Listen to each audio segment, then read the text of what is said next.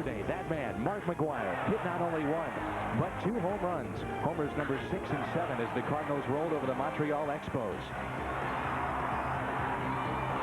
Meanwhile, manager Tony La Russa and pitching coach Dave Duncan have some tough decisions down the stretch. Yesterday, they found out Matt Morris may be out for the season. We are in Jupiter, Florida, spring training home to the St. Louis Cardinals, and this afternoon, they take on the Florida Marlins.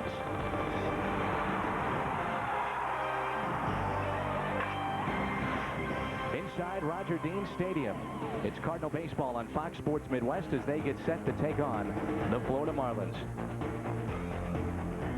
Cardinal baseball on Fox Sports Midwest is brought to you by Budweiser, Brewery Fresh Budweiser, the official beer of Major League Baseball. By your local friendly Missouri, Illinois Dodge dealers. And by Southwest Airlines. With fares so low, you have the freedom to go places. Fly Southwest, the official airline of the St. Louis Cardinals. Coming up, Donovan Osborne makes his 4th start of spring training. He needs a good outing. Cardinal baseball next on Fox Sports Midwest.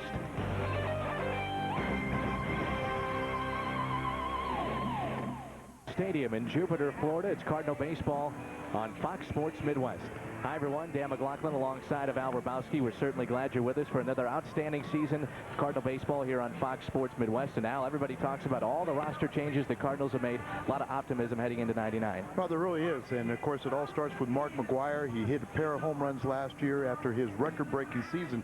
But there's a lot more to this ball club than just Mark McGwire.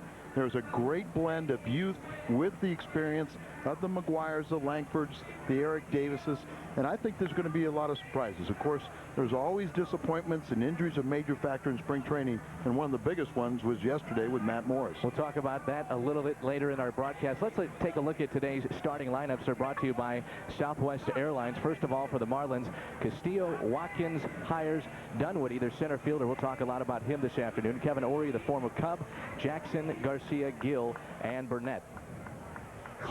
Donovan Osborne makes the start. Behind him, it'll be Tatis, Ordaz, McEwing, and McGwire. In the outfield, McGee, Drew, and Bragg, and Marrero will do the catching duties. Mentioned Donovan Osborne taking the mound. He's already been named as the starter for opening day, April the 5th against Milwaukee. This is his 4th appearance of the spring. The first 2 were very good. Then he had a rough outing the last time out.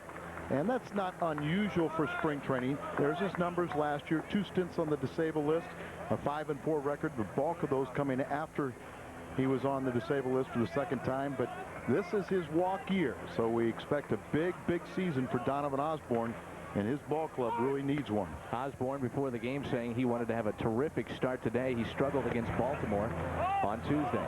First one is inside to Luis Castillo. Second baseman, just played 44 games for the Marlins a year ago. 2-0. Donovan Osborne wants to come out and throw strikes. There's the numbers where he had that rough outing against the Orioles. And a lot of people say the strike zone was a major factor. Now 3-0 as Osborne struggling early on to find the strike zone. Split squad today for the Marlins. Next one's right down central. Donovan very hyper on the mound, and you really like that. An animated pitcher, but yet you really have to keep your emotions in check. The 3-1 on the inside corner. Castillo really having a fine spring, or say the last few days. Last 3 games after he had a talk with Renteria. Up the first base line and out of play. Well, Tony La Russa and Dave Duncan have some tough decisions. We mentioned in our open, Matt Morris could be out for the season with elbow problems, and that is a big, big cause of concern for the Cardinals. Talked to Duncan yesterday, and he wasn't in a very good mood, and I said, you're in a better mood today? And he goes, nope. And I said, well, when are you going to get a better one? He says, when Matt Morris can pitch. Foul of the third base line. We'll do it again. Very frustrating. You know, Donovan's had so many injuries in his career, but very frustrating when you think you can pencil in your rotation or your everyday starting lineup, and then these injuries crop up, and there's no way to prepare for them. They're all different. The 3-2 to Castillo.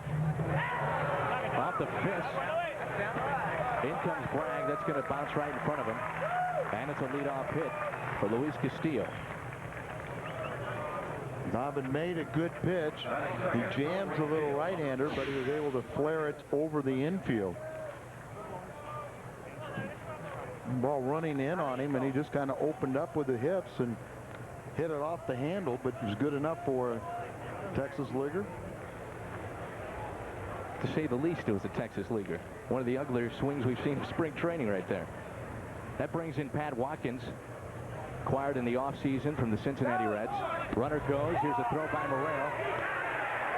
Got him. Eli is tough behind the plate, especially defensively. Well, really, a pitcher's job is to keep that guy in check. And when you have the throwing arm of a Morero, all you have to do is give him a legitimate shot. The ball sails to the first base side, but McEwing there gets the tag. He's in front of the bag, and Castillo pretty much slides into the tag. The pitch was a ball. Here's the second one. Got it on the outside corner. 1-1. Watkins a year ago played 83 games for the Reds and hit .265.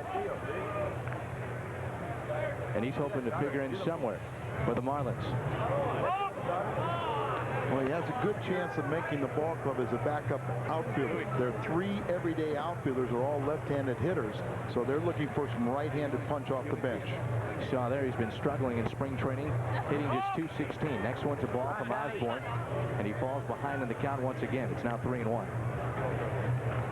One thing you'd like to see, Al, with Osborne, you mentioned how hyper he can be on the mound, is get ahead of the hitters, get the strikes in there. Next one is floated down the line. Runs the count full to 3-2. Very good point, Danny. And I saw him pitch against Kansas City. And in that ball game, he became the first Cardinal pitcher to pitch 5 innings. He was first pitch strike on almost every hitter. And, of course, he had a good outing.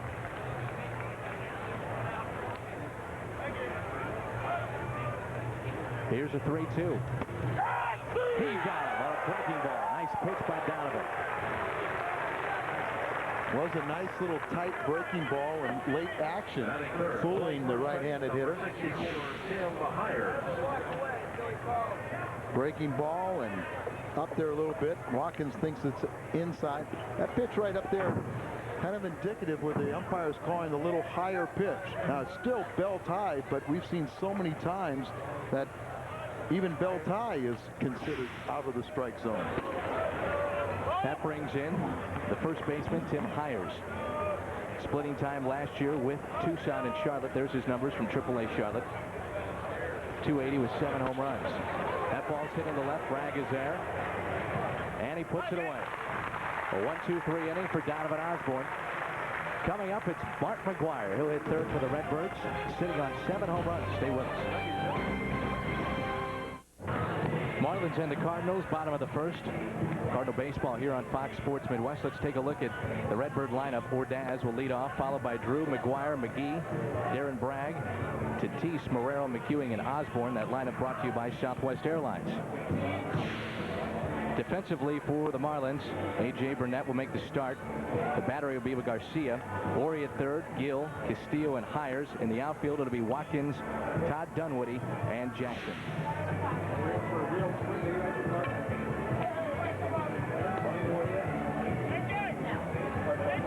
We're in for a real treat seeing A.J. Burnett. And when you talk about two of the best, and I mean all of baseball, two of the best prospects in baseball are Rick Ankiel of the Cardinals and A.J. Burnett of the Marlins. Young man, a little bit unusual.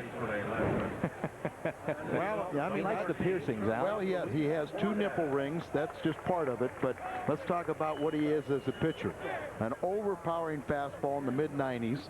He has a slider. He's working on a changeup. And then he has a pitch that he calls the spike curveball. Now, we've heard about the knuckle curveball. But in his case, he throws one that he uses his index finger almost in a knuckleball fashion. And then his other fingers are on the ball as they would be throwing any other pitch. And it works as a knuckle curveball, and he was just everything. He was the pitcher of the year of the organization and just one of the best in the Midwest League. And here's the first one, the 22-year-old. How about the fact that last season Ordaz is facing a guy that had 190 strikeouts and only 45 walks. So he also has control, but yet that is a factor right now as he's trying to make the jump from A-ball to the big leagues.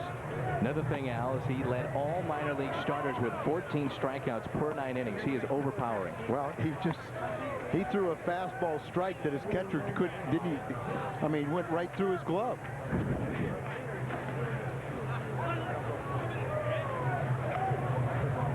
Here's the next from the 22-year-old. Strike on the inside corner. 2-1. He's allowed only 3 hits this spring and 2 home runs. So, I mean, he's got an outstanding, he's pitched a couple times in A games. This is his first start. Next one is upstairs. That moves the count to 3-1. A.J. Burnett, 6'5", 205 pounds, from North Little Rock, Arkansas. As we mentioned, only 22 years of age. He was the organizational pitcher of the year a year ago, really the jewel of their system.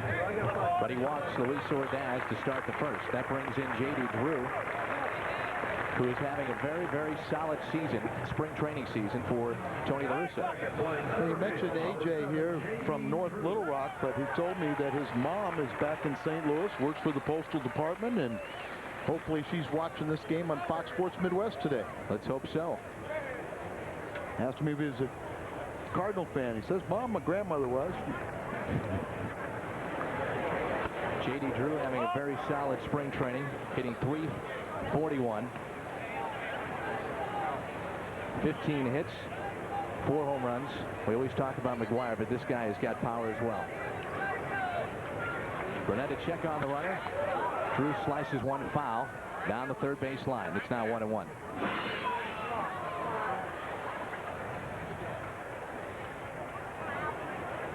JD's already made some interesting changes in his swing and his approach. He's tightening up his swing. Here's the next to J.D. Broken bat, hit to first. That's higher. He'll just take it himself, but it advances Ordaz in the scoring position as Big Mac steps in with just 1 away. And the crowd comes alive here at Roger Dean. Big Mac yesterday, a huge afternoon, a pair of home runs. Al, he just continues to impress everyone. First time up, he hits a monster blast straight center field. Then later on, against Duran, a left-hander, he hits a hanging slider, hits that one over the left field wall. He's already equaled his Grapefruit League season in home runs a year ago with 7. Here's the first, fouled straight back. This is a fun matchup. Guy that throws in the mid-90s, Mark McGuire, obviously can turn on a fastball. Don't forget, after the game, it's Mark McGuire talking history. We sit down with Big Mac, talk about the run for 70 a year ago, also about the upcoming season. Folks are going to want to stay with us here on Fox Sports Midwest after the game. It's Mark McGuire talking history. The 0-1, breaking ball upstairs. Have the McGuire shift on where the second baseman is playing on the shortstop side of second base. Shortstop deep in the hole, playing on the grass. Breaking ball, nearly a hitter. McGuire turned away from it.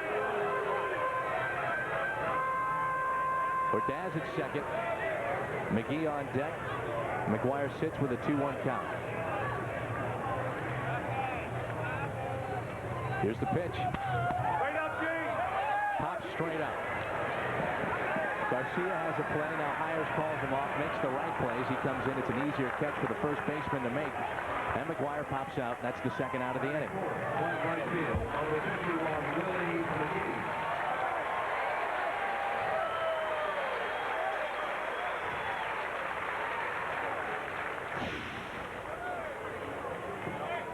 Ball up there, you'll produce some pop-ups and swing and misses. McGuire knows it went straight up. He was hoping to get out of play, and it did not. In steps Willie McGee, hitting .304 in spring training.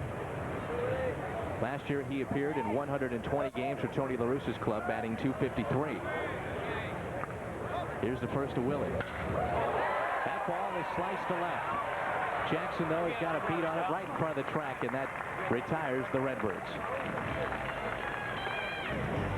One inning is in the books. Cardinals come back. Donovan Osborne back to the mound. Welcome back to Roger Dean Stadium. Dan McLaughlin, Al Rabowski. No score here in the top of the second. Let's take a look at our Pizza Hut matchup. And our key matchup is Todd Dunwoody against Donovan Osborne. Last year against left-handers, Osborne gave up an average only 150, and you look at how Dunwoody did against left-handed pitching, 221 with 2 home runs. He struggled a little bit there.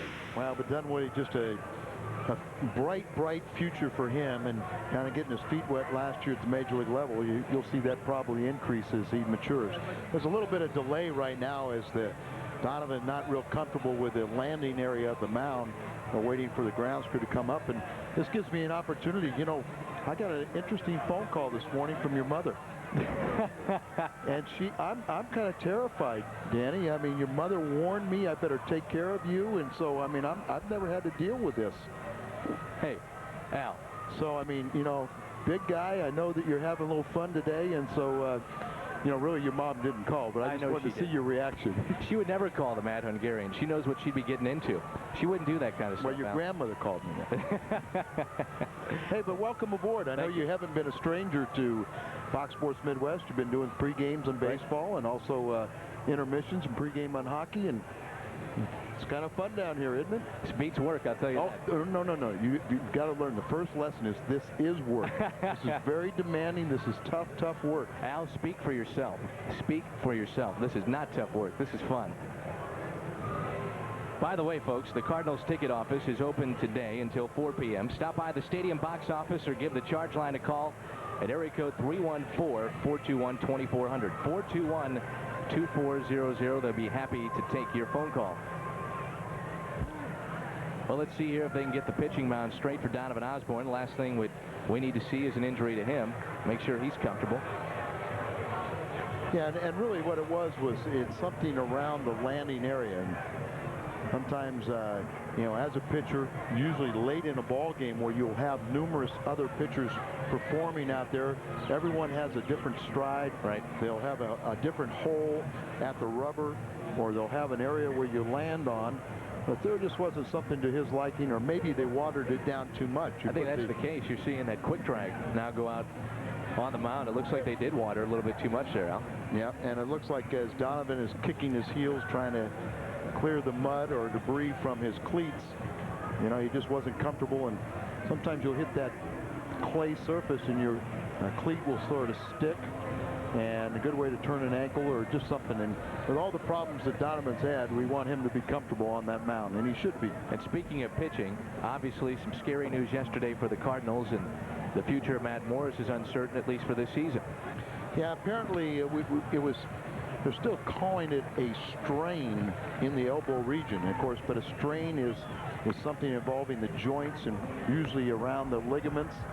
And if it's a ligament tear, you know, Matt is telling people they've got a tear, but there's a little, not quite sure if it's a ligament tear or if it's a tendon tear, but he will be reevaluated. He'll make a trip to go see Dr. Job in the next couple days. They'll reassess the situation.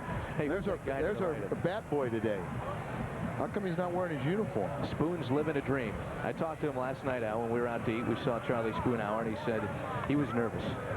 He was nervous about being the bat boy for the Cardinals this afternoon. He said Tony La Russa and Dave Duncan have been hard on him all week. He's been down here in Florida, spring training with the Cardinals. And he said he was nervous about it. Well, yesterday he was trying to get a job in broadcasting. Today he's trying to get a bat boy job. I mean, you know, what exciting life Charlie's leading now in retirement. Well, we're set to go here in the top of the second. It'll be Dunwoody, Ori, and Ryan Jackson. If anybody can get on, Guillermo Garcia. The first to Dunwoody is a ball outside. Dunwoody is only 23 years old, and they really feel he's a free swinger. If he can cut down on his swings a little bit, keep it in control, Al, they believe that he's a guy that can hit 300 and maybe hit 20, 25 home runs. Well, he hit 304 at Charlotte with 6 home runs, 22 RBIs, then graduated to the big leagues, played 116 games, hit 251, 5 home runs, 28 RBIs. But he really worked hard this offseason, got a lot bigger. And as you've mentioned, he's just, you know, it's a feeling out process, and he's going to be a good one for a long time. Count is now 2-1 on Todd Dunwoody. The next by Donovan. Broken bat, hit into short center with Daz moving out. Can't get to it. It's a base hit for Dunwoody as he broke his bat and nearly went into right field.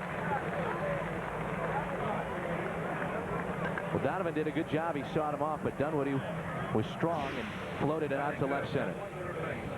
Well, once again, a good pitch, but a bad result. Hit it off the end of the bat, fooled a little bit.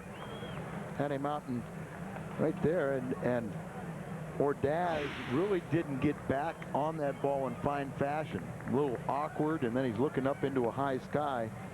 But tough luck there for Donovan surrendering that first hit here. That brings in Kevin Ory. First hit of the second inning. Kevin Ory's been a big disappointment for the Marlins. You know, they traded for Mike Lowell. He was going to be their everyday third baseman, and then they found testicular cancer. Ground ball. Tatis is there. He goes to second, gets the first. No chance to catch Kevin Ory. So they get the first man. That was Dunwoody, and Ory will stand at first with one out. And Ryan Jackson now steps to the plate, but Tatis a little nonchalant here, Al. Well, yeah, he took his time there, and he was almost Dunwoody. I thought the umpire for a second was going to call him safe at second base. But we know Tatis has a Gold Glove caliber arm.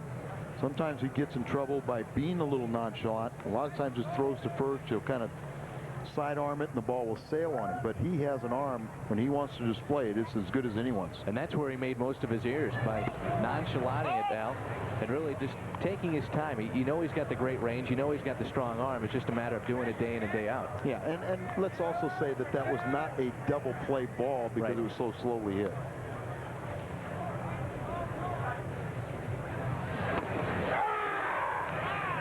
Evens the count at 1-1. Good pitch there by Donovan. This is Ryan Jackson, their left fielder. He appeared in 111 games a year ago, batted .260.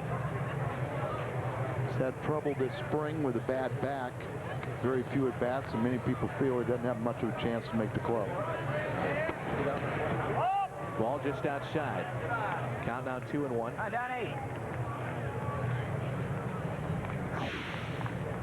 Donovan in the stretch, pretty straight up and down. Doesn't really use his leg drive, but it allows him to be in a good fielding position. Next pitch, foul to the left side and on a plane into the stands. Roger Dean Stadium is where we're at, a sellout here in Jupiter, Florida.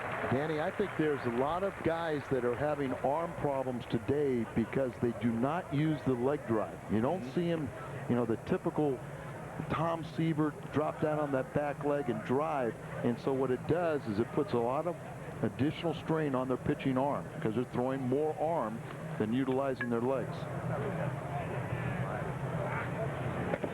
Check over. Ory got back. Ory made that closer than it had to be. Well, Donovan has that ability to kind of hang his front leg, and so he's in throwing position to go to first. The 2-2 pitch to Jackson. Yeah. Just missed.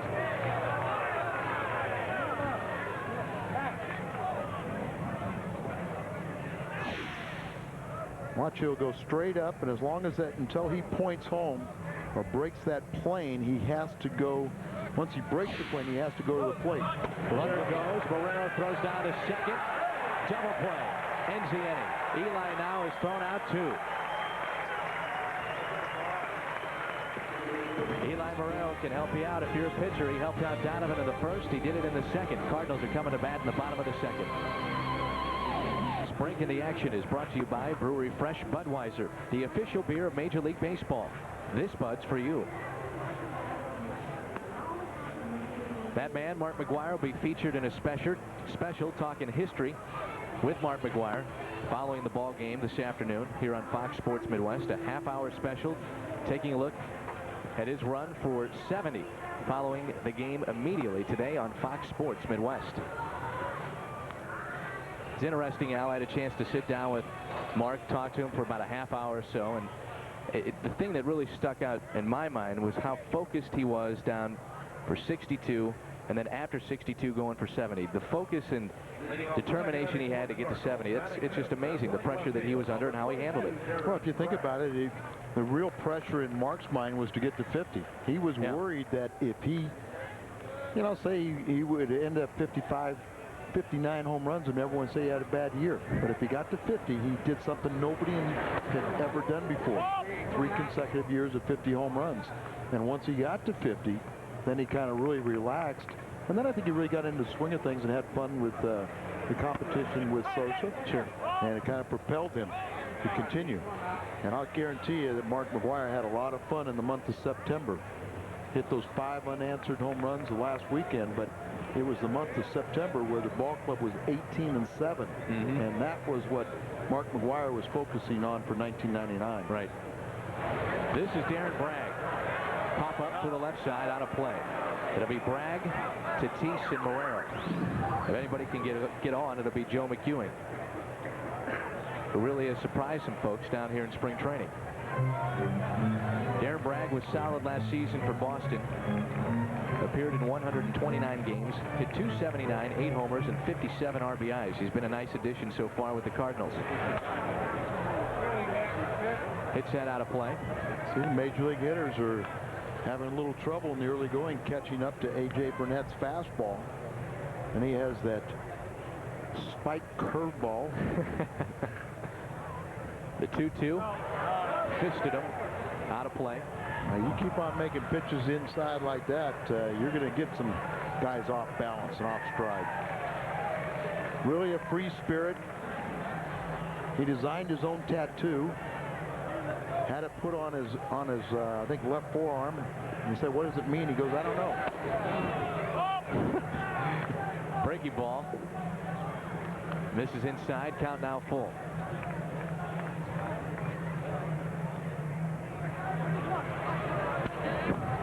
Bragg was on that one as he fouled it straight back. Good point.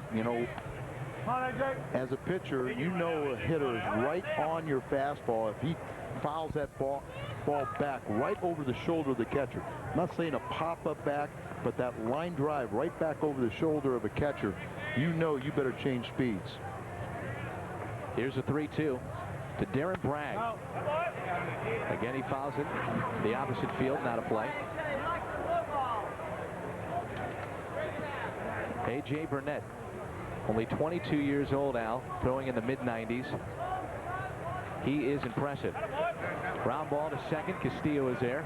Flipped to first to Hires, and there's one away as we begin the bottom of the second. Well, we know a couple years ago when they had the fire sale, everyone said, "Oh, you're getting rid of all the talent."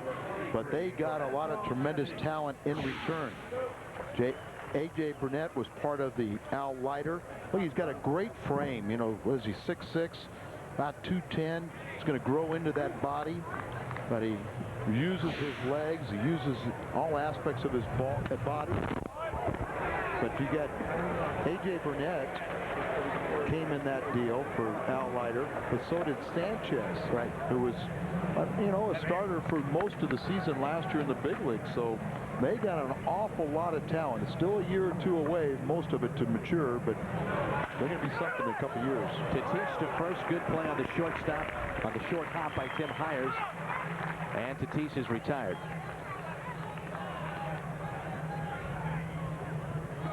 That'll bring in Eli Marrero, who has already been spectacular so far defensively, throwing out a pair of runners.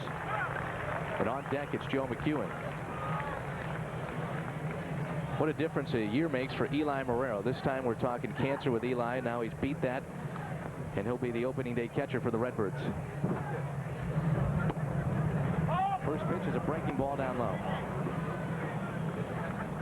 Got his strength back, and I think now we'll start seeing some of the promise that we were expecting a year ago from Eli, and it wasn't fair to expect much coming back from the cancer surgery. He's had a solid spring so far, batting nearly 300. Today, defensively, he's done the trick. He's throwing out 2 guys. Cardinals allowed 2 singles, but both of them are erased as Morel's thrown out 2 base runners attempting to steal.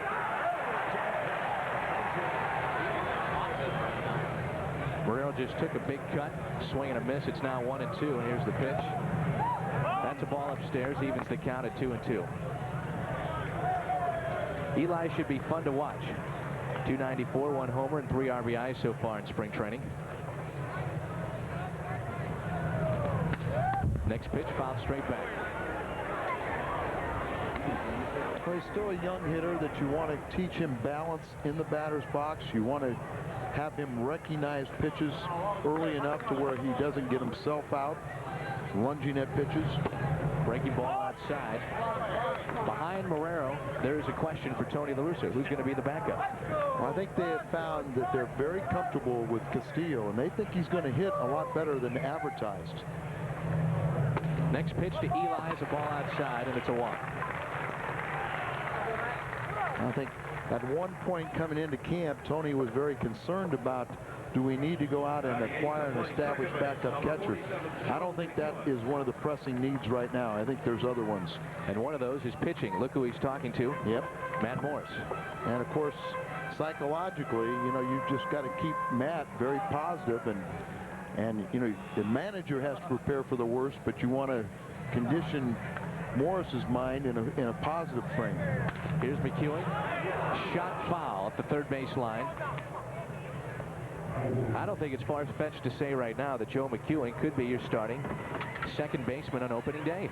Danny, very good point. Going into spring, I think Joe McEwing was going to be on this ball club because of his versatility and the fact that he is the emergency catcher. But I was talking with Dave McKay today, and he says, I wish I would have had him all winter. He said, if I would have had him all winter, instead of concentrating all positions, I would have had him concentrate on second, and he'd be our everyday second baseman. That one is upstairs. McEwing last year at Arkansas hit .354. Then he bumped up to Memphis, hit .334, so you know he can hit. Then he came up for 10 games with the Cardinals in September.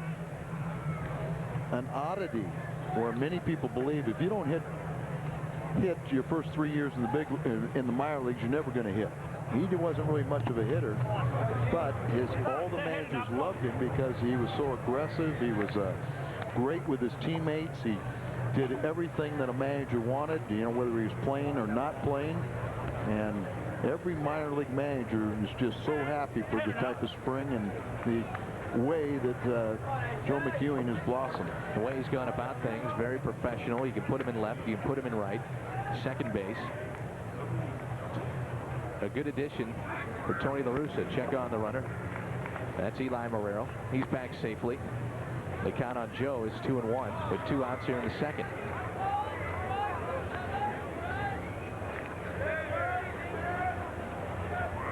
Donovan Osborne awaits on deck.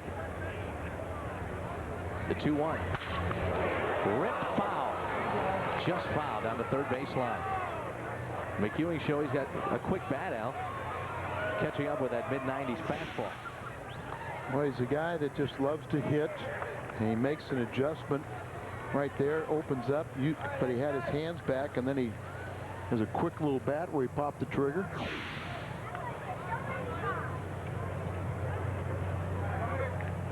Count now 2-2.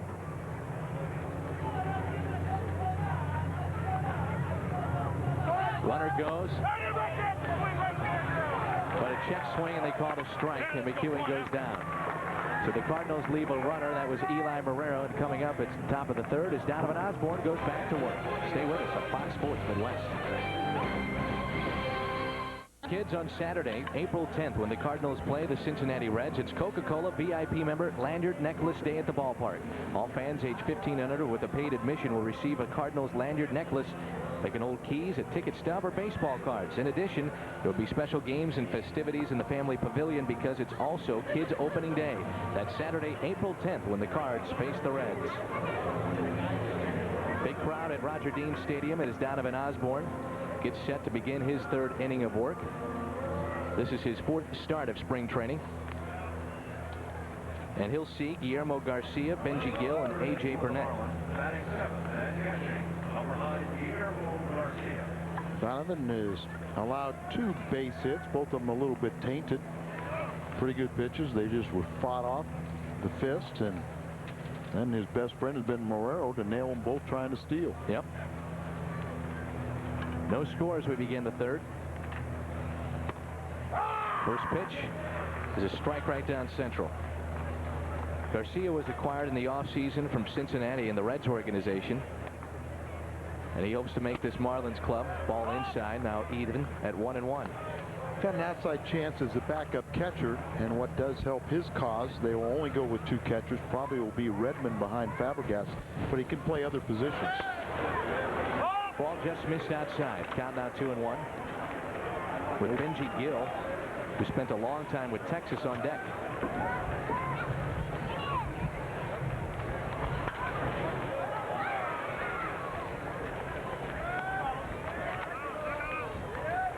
Good look there at Lynn Jones, the Triple-A manager for the Florida Marlins. Yeah, you mentioned that they have a split squad, so John Bowles is in Port St. Lucie with one club, and Triple-A manager Lynn Jones is managing this squad, and he's looking to get a winning record today. He's 1-1 on the spring.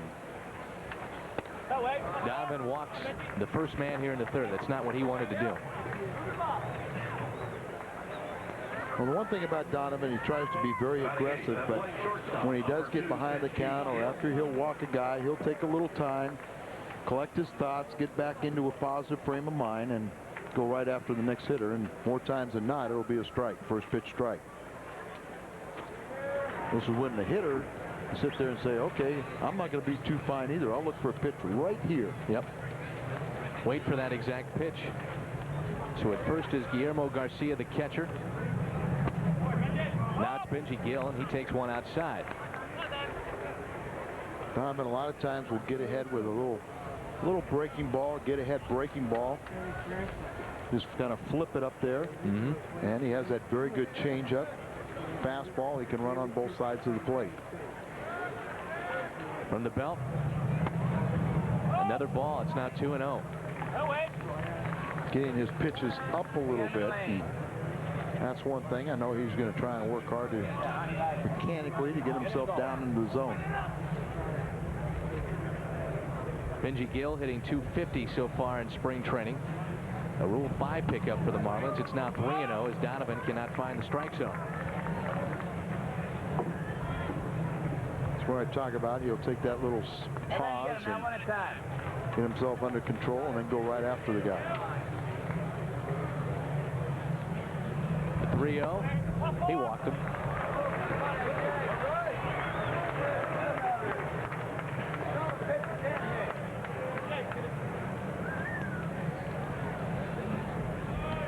So 2 walks now as we begin the third by Donovan Osborne. Now Eli Marrero wants to go talk things over with him, hopefully settle him down a little bit. You see Donovan too a couple times out, frustrated either with himself or a couple calls. A couple have been borderline balls.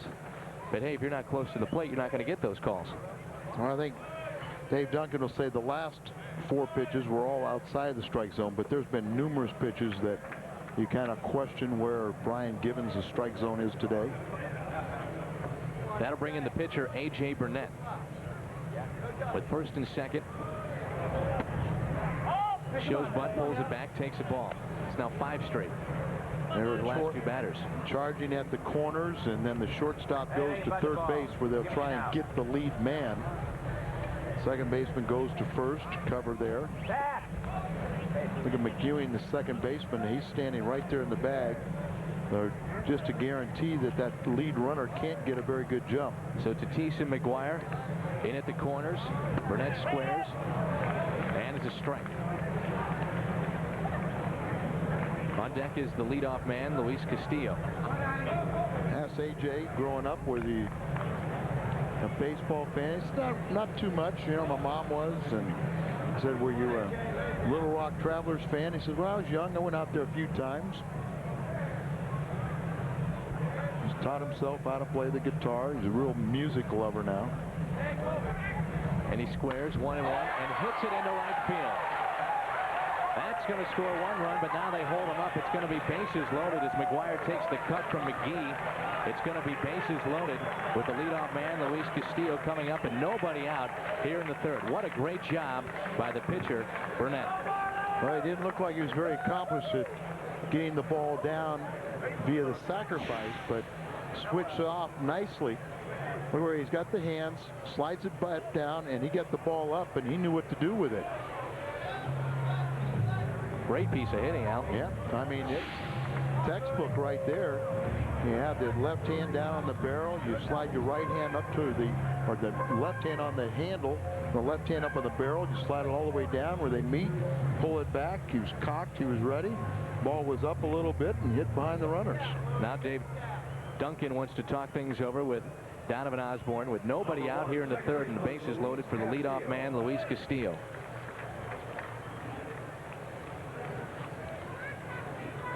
Speedy runner at the plate in Castillo. Yep. Hey, get him out now. Don't hit too much. Get him down. Castillo already 1 for 1 today. Career with the bases loaded. He struggles. That's a breaking ball upstairs. Donovan cannot find the strike zone. Well, it really looks like Donovan just kind of very lazy, not using those legs, trying to flip that ball up there, but he's not finishing his pitches off, and that's why he's leaving everything high. The next to Castillo. That's upstairs.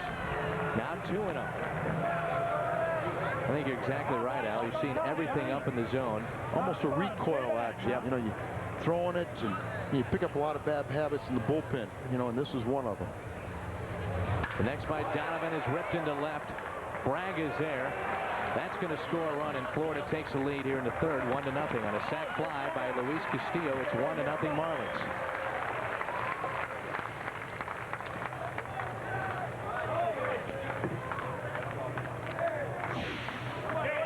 Castillo really not expecting too much, and see the ball up there a little bit high in the strike zone, and he just hammered it. Lucky he was right at Bragg. That brings in Pat Watkins, the right fielder, who struck out his first time up. So now it's first and second, 1 out, and the Marlins have a 1-0 lead here in the third.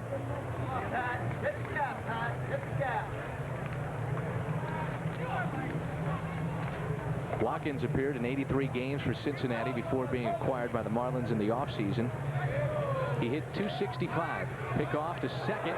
McEwing there, but he's back in. Sometimes a middle infielder can help a pitcher out a little bit by sneaking in behind a runner and get a base runner straying a little too far.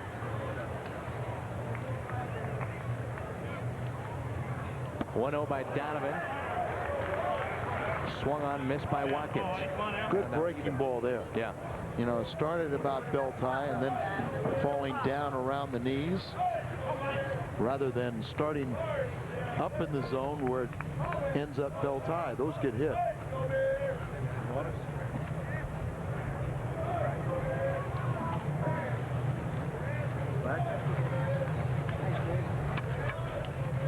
The 1-1 by Donovan. Swung on to third. Tatis is there. Steps on the bag. Doesn't have a play after that. And Gill took out Tatis pretty hard at third. Former teammates, but that's the way it is. You come right after there, and by going hard, getting near Tatis at third base, it kept him from making the throw. He had to wait a split second, but it made him wait to the point where he couldn't make the return throw to first base. And that's just good baseball. Now brings in the first baseman, Tim Hires. Flew out his first time up. Takes a strike on the outside corner. Good pitch by Osborne. That's where it's very important for Donovan to bow his neck and get out of this inning with just the 1 run scored. You do that, you did a nice job. That ball is swung on. Hitting to center. J.D. Drew is there. Moves to his right, puts it away, and that ends the top of the third for Florida. Coming up in the bottom, it'll be Osborne, Ordaz, and Drew. More coming up.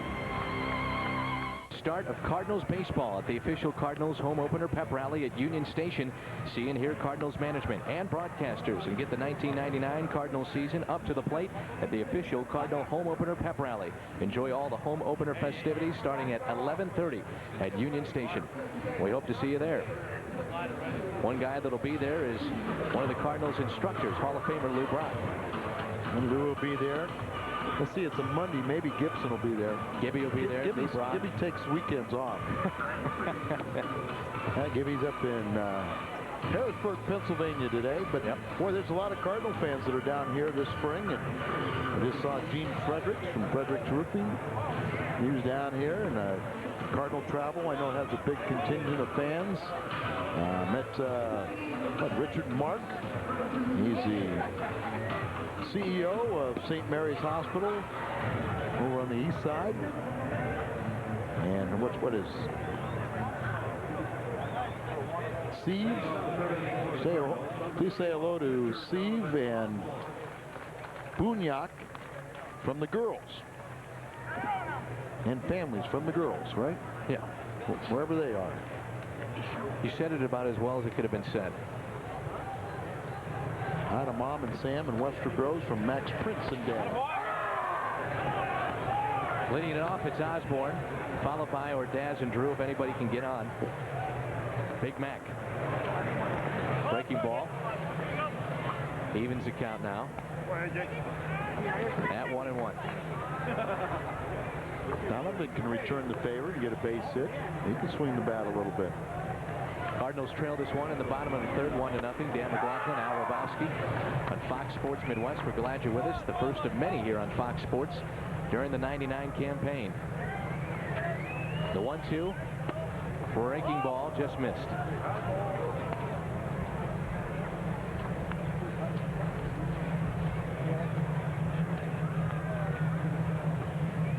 The next to Donovan is a ball outside.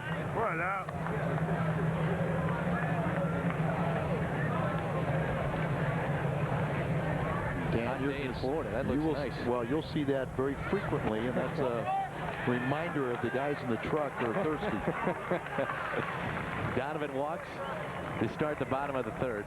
That brings in Luis Ordaz, who walked his first time up. Number 13, shortstop Luis Ordaz.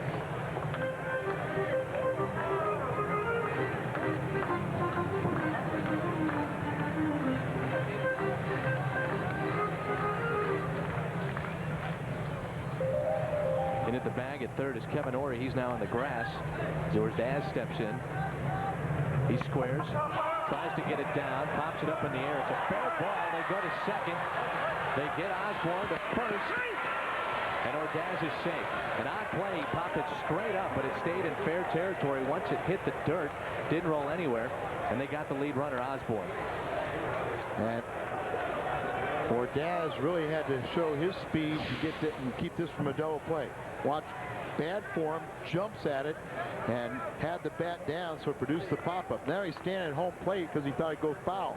They get Osborne, who was kind of caught in no man's land, and Ordaz just does beat the return throw. You don't even see Ordaz at all, so he was standing from a dead stop, and Donovan went in there hard to try and disrupt the throw from the second baseman. Now it's J.D. Drew, who's 0 for 1 on the day. Fouled the straight one first one straight back. On deck is Big Mac, Mark McGuire. And Ordaz hits it first.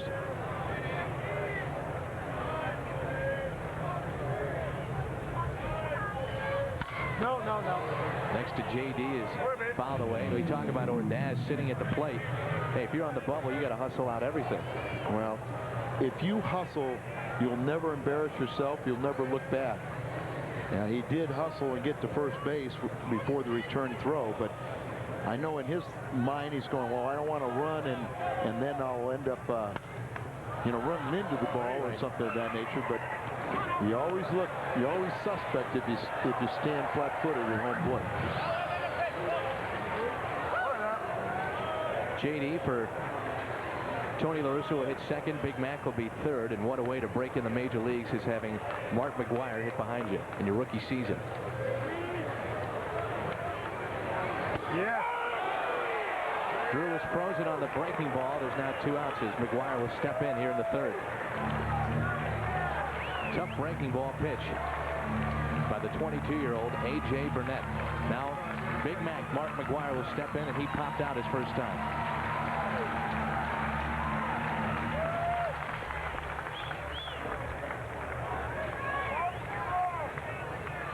McGuire is sitting on 7 home runs this spring. Breaking ball, tough pitch. You see, now he's starting to, it's almost as if he's worn down a little bit to where he's throwing that spike curve. Anybody else would call it a knuckle curve, but he only uses one finger, the index finger, to have it. Next to Big Mac is another breaking ball. The pitch that you're talking about, Al, right in there for a strike. It's now 0-2. See guys throw a knuckle curveball where they use 2 fingers in a knuckle grip fashion. He uses just one, the index finger. Here's the 0-2 to McGuire. Swung on and hit to center. Back goes Dunwoody. Track. Goodbye. 2-run homer on an 0-2 pitch for Big Mac. And McGuire now has 8 in spring training.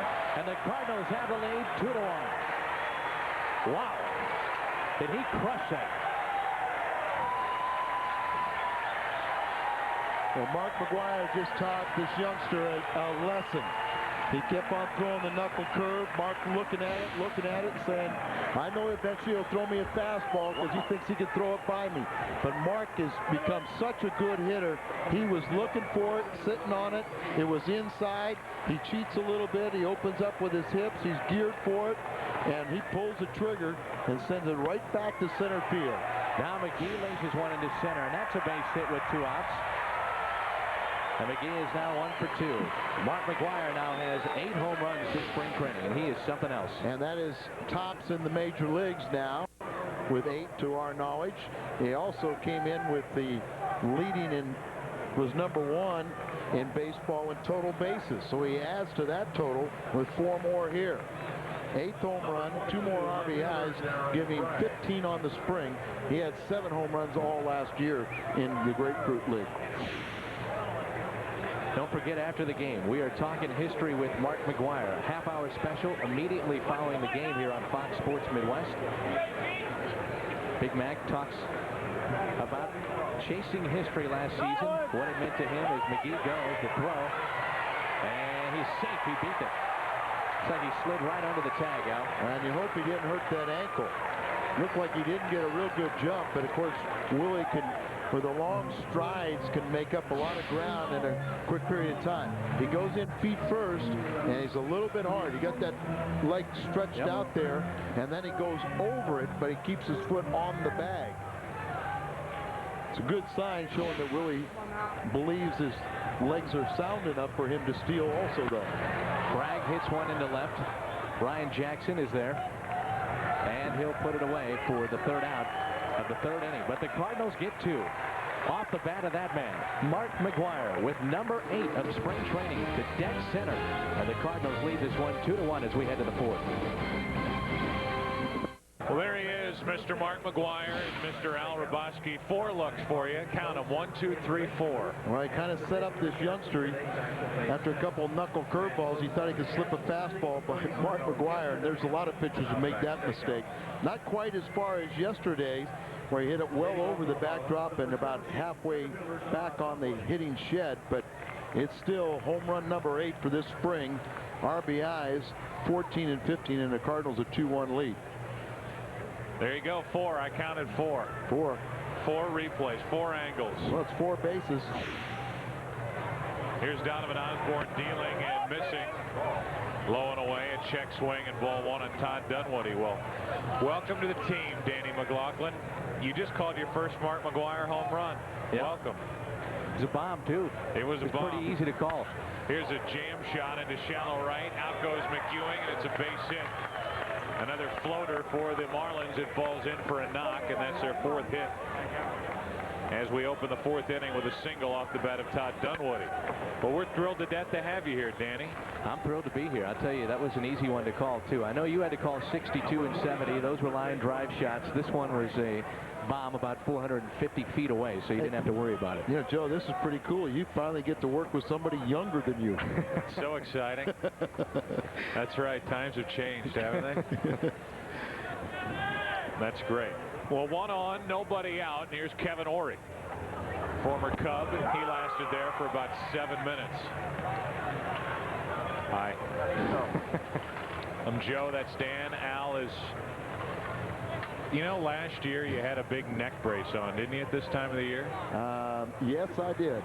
Now that's gone, and you're constantly in that bent position. Here's a shot to McEwing. Knocks it down, starts it. Ordaz in the middle. A 4-6-3 double play.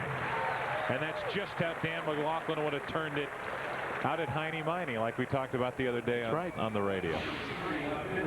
Al, baby, here's McEwing, and he's doing something to help his cause every time he takes the field. Well, you know, he's one of those guys that's smart enough to want to be out there every day because he's confident enough that he can show something to impress the brass.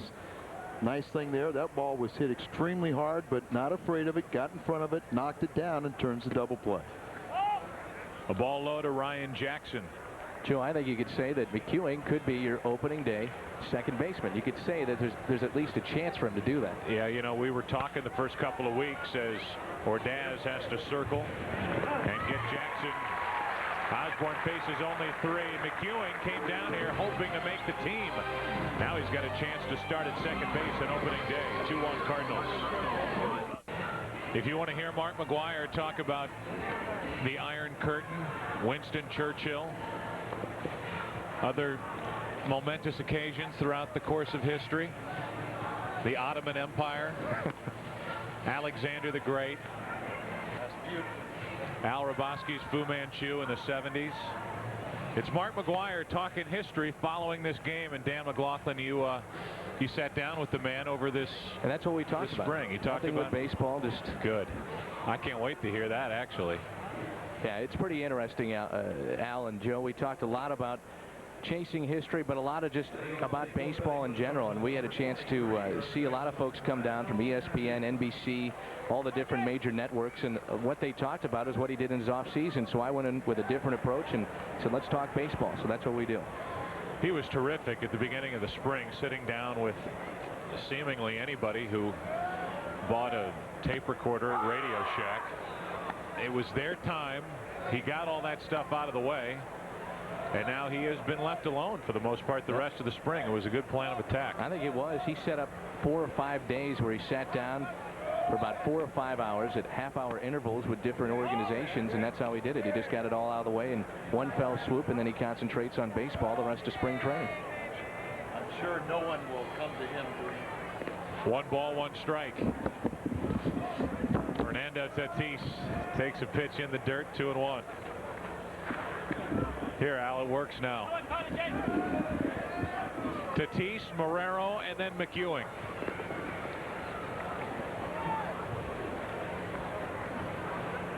Fernando Tatis trying to get dialed in down here this spring. 2 balls and a strike. A.J. Burnett. 2-2. Can you imagine A.J. Burnett going through an airport terminal and having the beeper go off when he went through security, and he's taking the change out of his pockets? And it's not the change. And he takes the ring off his hand. It's not the ring. It's not the belt. It's not the earring. It's not his belt. It's not keys.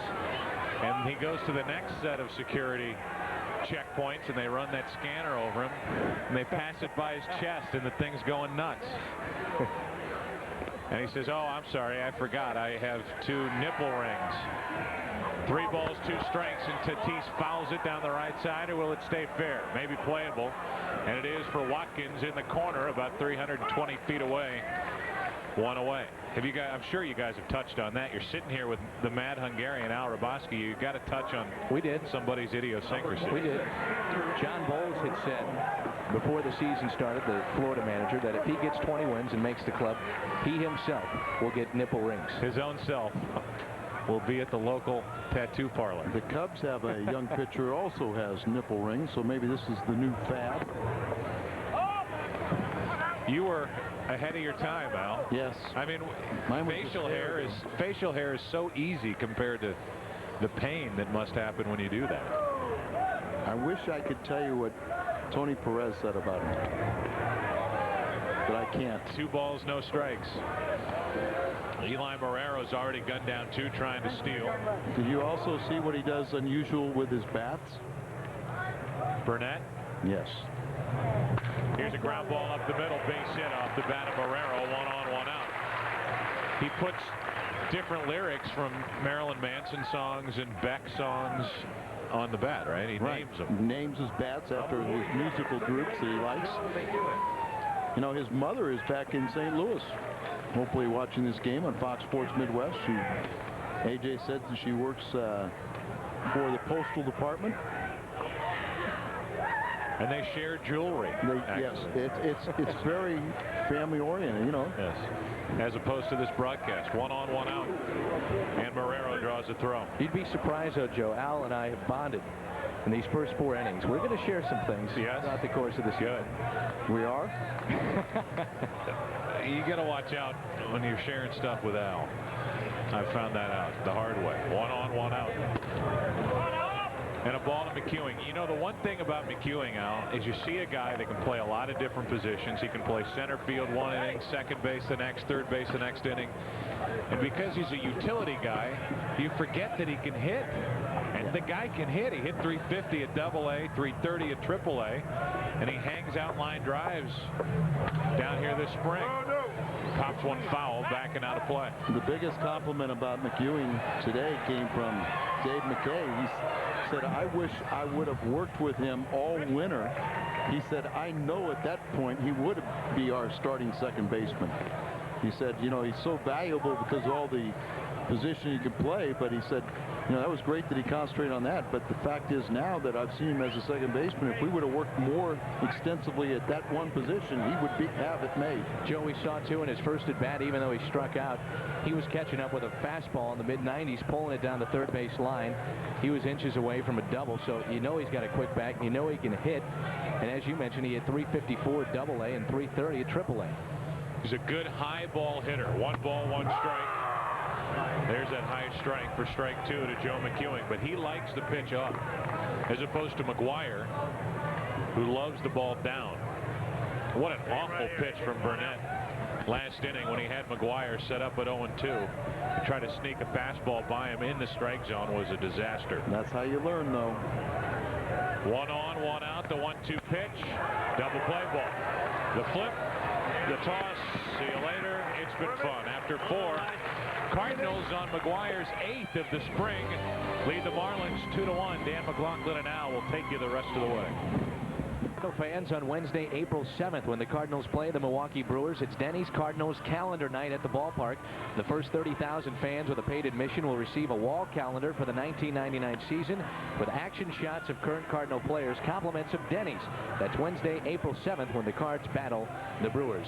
Donovan Osborne returns to action, his 5th inning of work, and he will face Guillermo Garcia, Benji Gill, and A.J. Burnett.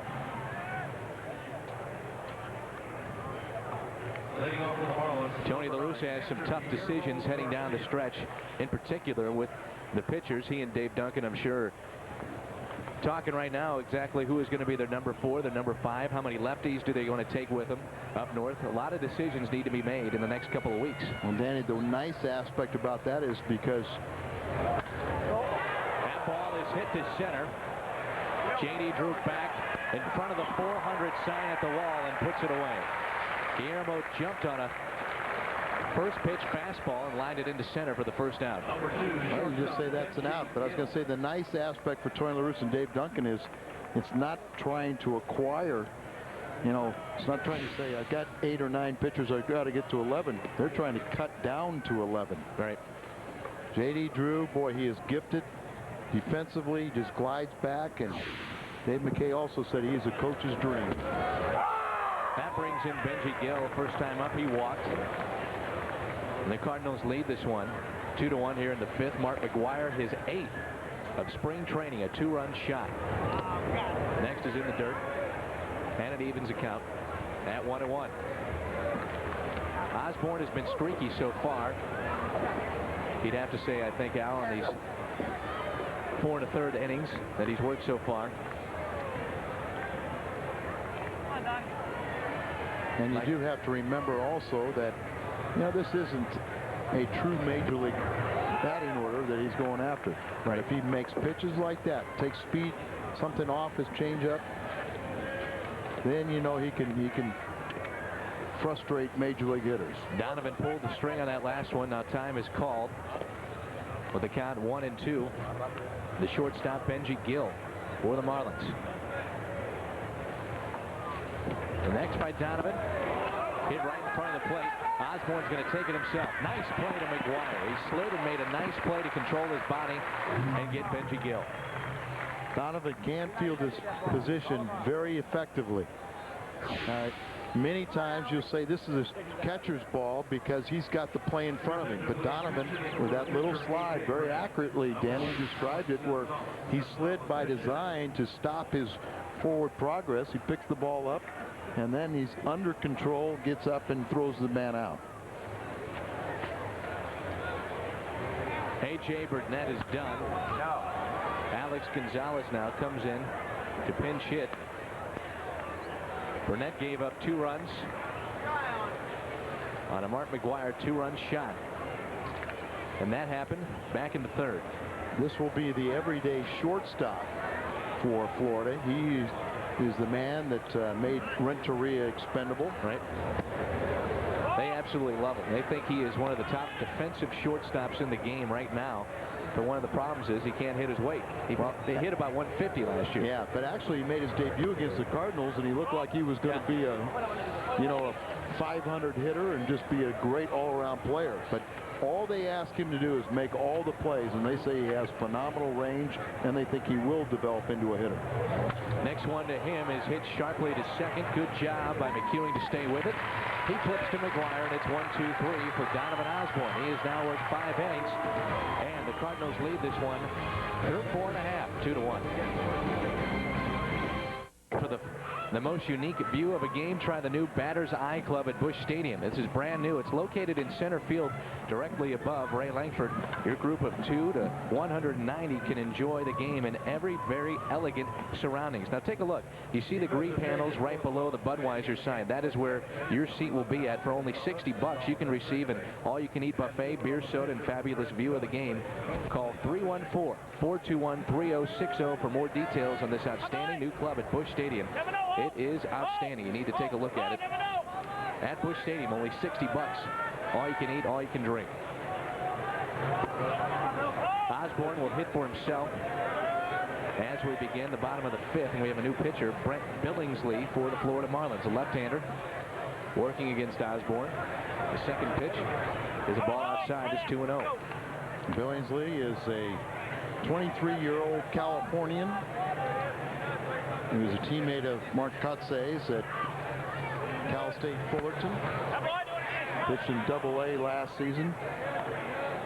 His father also was at Cal State Fullerton. He was a pitcher at an earlier age. Not the same. They didn't pitch the same semester together. No. Donovan has fouled a couple back. It's now 2-2. We see him here hitting the 5th, Al. That would presumably mean that he will pitch again as he takes a call 3rd strike, and see him go maybe 6 or 7 innings, and that would be great to see.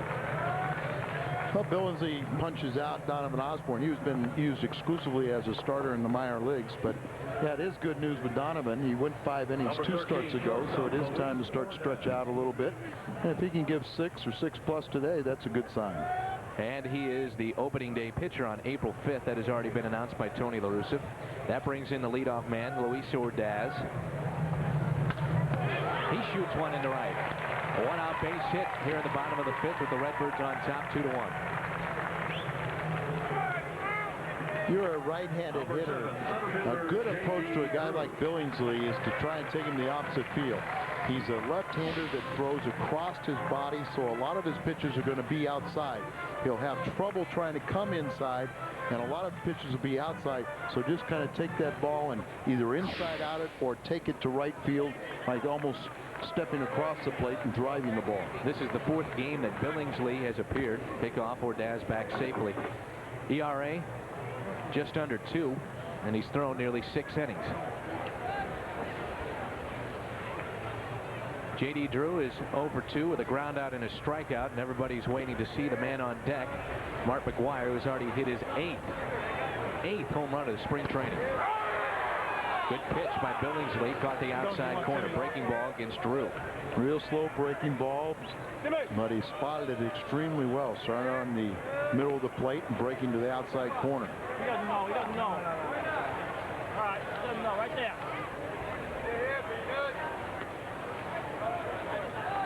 JD, a left-hand hitter. Now they'll have the first baseman, Hires, playing in front of the runner.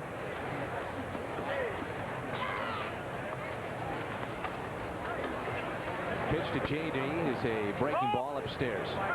Count now even at 1-1. Take a look at how they play JD.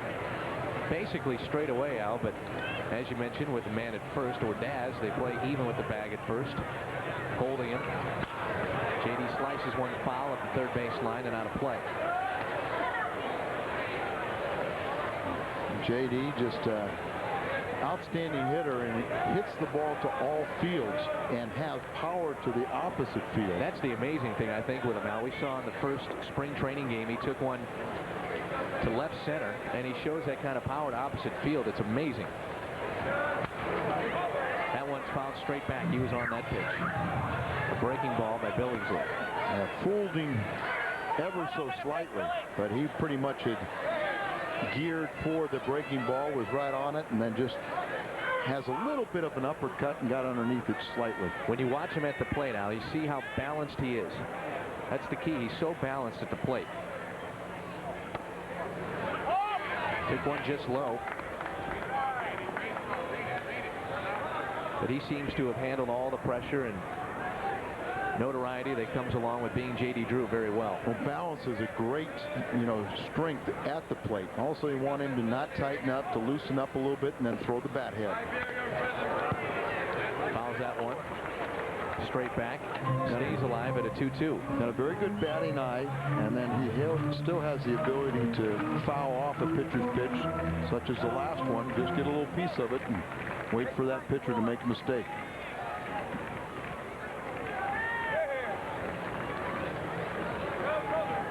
Here's a 2-2 pitch. He laid off it. Count now full with McGuire sitting on deck. And if you have good balance, you can do what JD just did. You go down with your legs on a breaking ball and still have your hands cocked.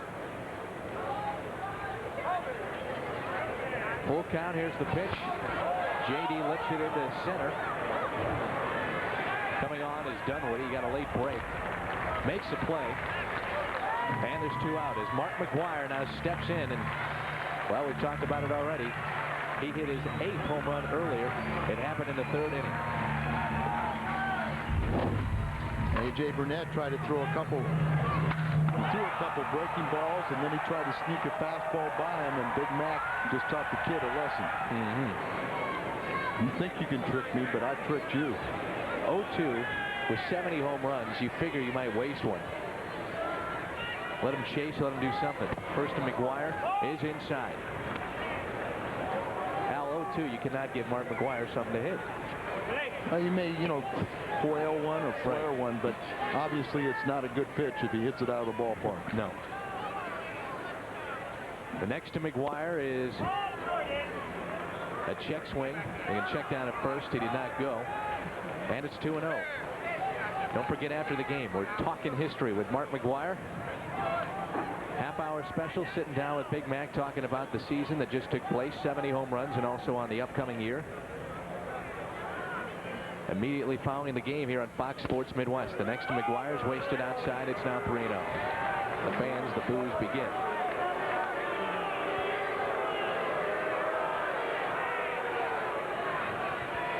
McGee sits on deck. The 3-0 to Big Mac. Swung on and hit in the left field. He crushes it. Well foul. Wow. 3-0, and he turned on that fastball, Al. Tried to come in on it, and Mac was a little quicker. He has developed to be just an outstanding hitter. The 3-1 upstairs, and he walked it.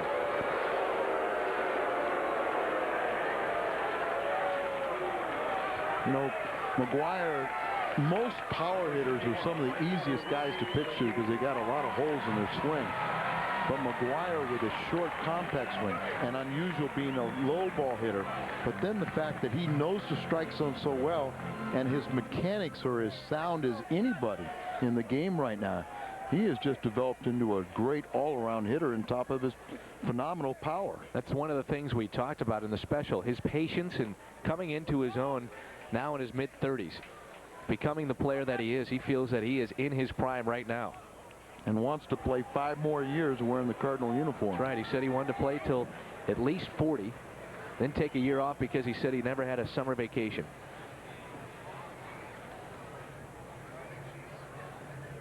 The 1-0 to Willie. Grounded to second. Castillo is there. He bobbles but flips to first, and that retires the Redbirds. 2 men left on base. Cardinals lead this one 2-1. Donovan Osborne returns to the mound. He'll head for his 6th inning of action. Cardinals on top 2-1. Today at noon on Fox Sports Midwest.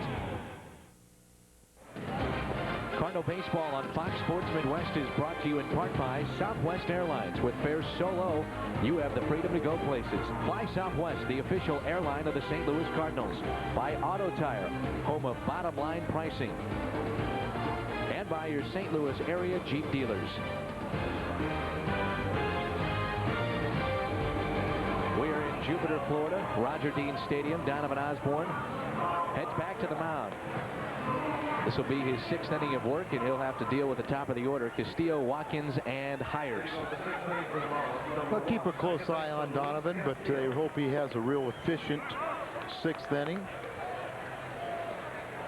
He's scheduled to be Tony La Russa's opening day starter on April the 5th against Milwaukee. Castillo steps in. He has the lone RBI for the Marlins. A sac fly back in the 3rd to give them a 1-0 lead. Then McGuire hit the 2-run shot in the bottom of the 3rd to give the Cardinals a 2-1 lead, and that's where we stand right now. Here in the top of the 6th, it'll be Castillo, Watkins, and Hires. And the 1-0 swung on and missed on a breaking ball by Donovan. Tatis in at the bag at 3rd, actually in on the grass, and McGuire also even at the bag at 1st.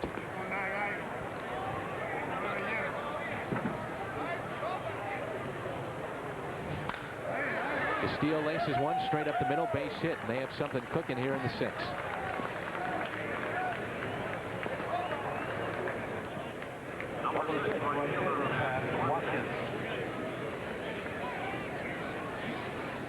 Donovan had retired 5 in a row before that base hit.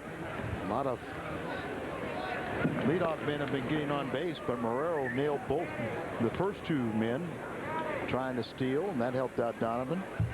With the exception of 1 inning, that was the 5th leadoff man in every inning has gotten on against Osborne. He cannot be pleased about that. That's fouled away. Good formula to winning is if you retire the leadoff batter, and Donovan was very good last year, doing so a little better than 3 out of 4 times. Also, he threw a lot of shutout innings up there. You know, where he every now and then, or every game, we would only have 1 bad inning or 2. He's got an awful lot of talent. We just want to see him take the mound, and I'll take my chances with him. Osborne is set. Castillo at 1st. Ball upstairs.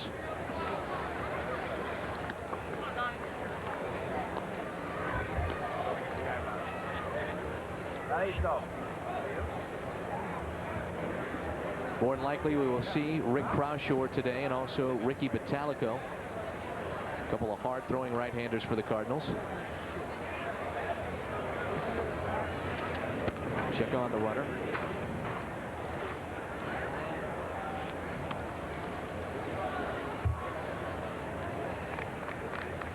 I think Lance Painter is warming up in the Cardinal bullpen just to probably get through the 6th inning. Boy, he had a solid spring. And that's great to see.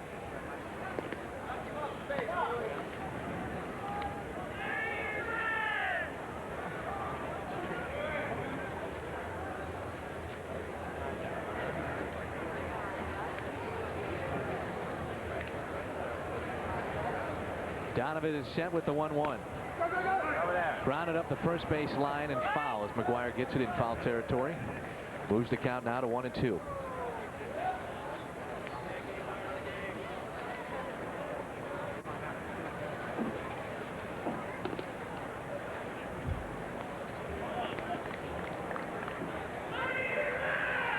This was an important start for Donovan, considering how he did on Tuesday against Baltimore, lasting not even 2 innings. So this was an important start to get his confidence back a little bit and get him rolling towards opening day.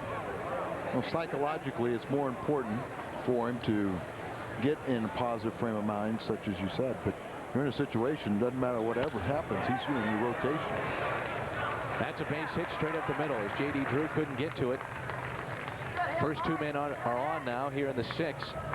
As Tim Hires will step to the plate with 2 men on. Might be a case here where J.D., and you get a good look at him. Let's see if he reads it off the bat. He does come in, but then he plays a little bit cautious. And you talk to all the players, and they'll tell you that there's a tremendous reflection off the roof here at Roger Dean Stadium, and it might have handicapped J.D. there a little bit. Tony La Russa says, okay, Donovan, we tried to sneak you through 6 innings, but after allowing a couple here, we'll take you out and bring in Lance Painter. So Donovan Osborne is done. He leads with the lead here in the 6th, 2-1. Painter comes in. We're back with top of the 6th here on Fox Sports Midwest. The Cardinals lead the Marlins by the score of 2-1, and a good outing by Donovan Osborne. Well, 5+ innings. He allows 6 hits. He is responsible for the 2 runners and 2 of those hits here in the 6th inning. He walked 2, struck out 2, and depends on what Lance Painter does. Will Donovan still be in line for a victory? He's 1-1 on the spring. And as you mentioned, Painter last year really the only left-hander in the bullpen, and it really kind of wore him down towards the end of the season. Thomas Howard comes in as part of a double switch. He'll bat in the 9th spot in Donovan's spot, and the pitcher Painter is in the cleanup spot where McGee vacated. First by Lance is a ball outside. And Painter has been impressive, maybe the most impressive pitcher this spring, Al. Well, Lance Painter has a very good arm and really gaining more and more confidence at the major league level, but he's got a good fastball. He's good breaking balls. He just needs a little confidence and the ability to get some major leaguers out. Ball just missed outside. Count now runs to 2-0. First 2 men have reached, Castillo and Watkins. Now it's the first baseman, Tim Hires, who has flied out both his times up. Painter from the belt. Ball popped up. Is it going to stay in? And it does. Good play by Tatis right in front of the Florida bench. 1 away. Number 17, center fielder Tom Woody. Tatis clearly tells everyone it's my ball. Keeps on checking himself. Find out where he is near the railing. And underneath it, glasses down, makes the catch. Now Dunwoody will step in, the 23-year-old.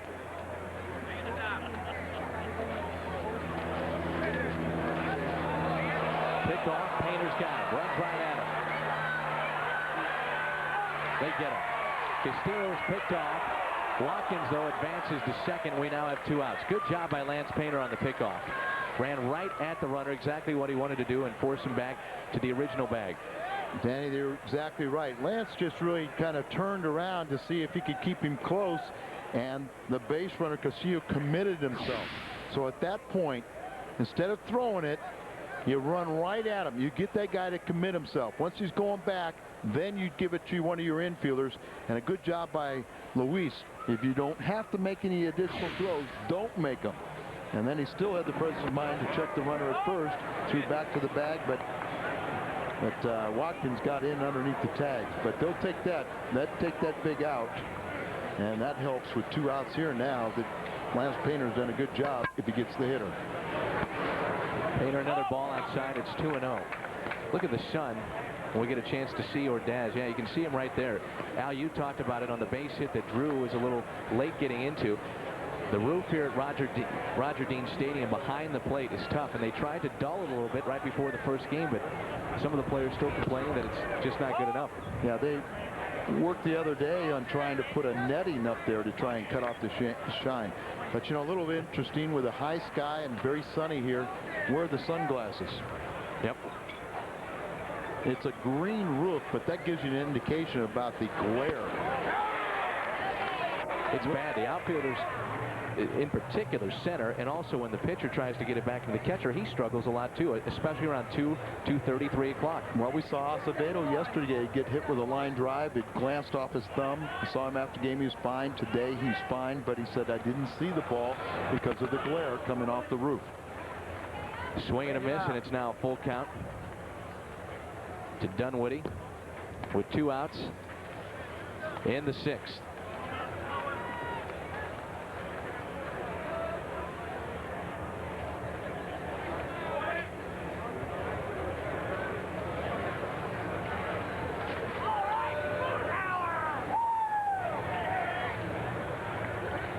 Don't forget the Cardinals ticket office is open today until 4 o'clock. Stop by the stadium box office or give the charge line a call at area code 314-421-2400. Nice breaking ball pitch by Painter, and he does a great job picking up for Donovan Osborne. He gets out of the 6th, and the Cardinals lead it 2-1. Good look at Mark McGuire. He has a 2-run shot, and the Cardinals lead this one as we move to the bottom of the 6th, 2-1. Let's take a look at our Affleck trivia question. Who holds the major league record for most home runs at home in just one season? Well, when you hit 70 overall, you got a chance. You got a chance.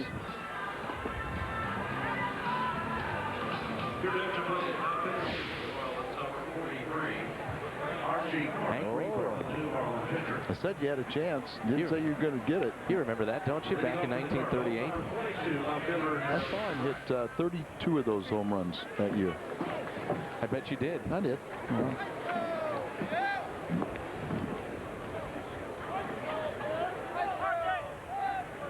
Darren Bragg will step in for the Redbirds. It'll be Bragg, Tatis, and Marrero. They'll face Archie Corbin, who is 1-0 this spring training. He comes in now to work the 6th, and the first pitch is inside and a ball. Corbin not expected to make the big league club.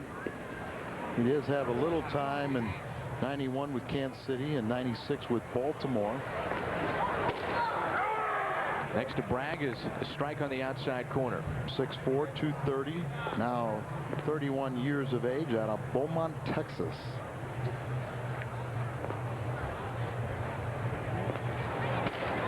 Upstairs. Bragg is 0 for 2 on the day. Struggled a little bit at the plate at spring training, but he definitely shows signs of what he did a year ago in Boston. As he fouls that one down the third base line. It will be an integral part of the bench for Tony La Russa.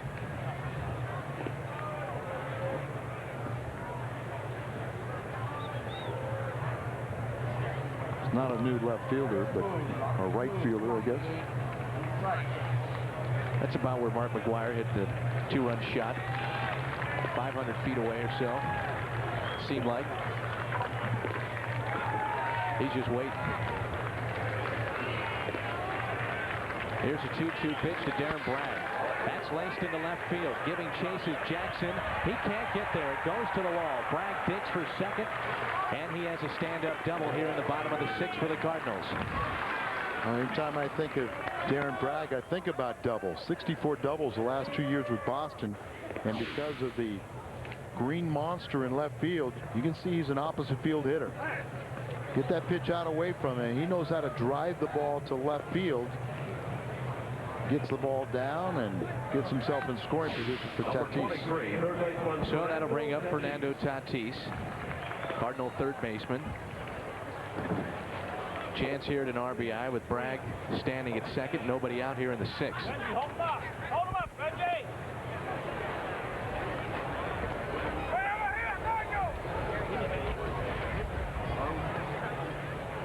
On deck is Eli Marrero.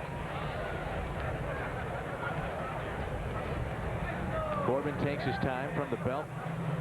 First to Fernando is upstairs.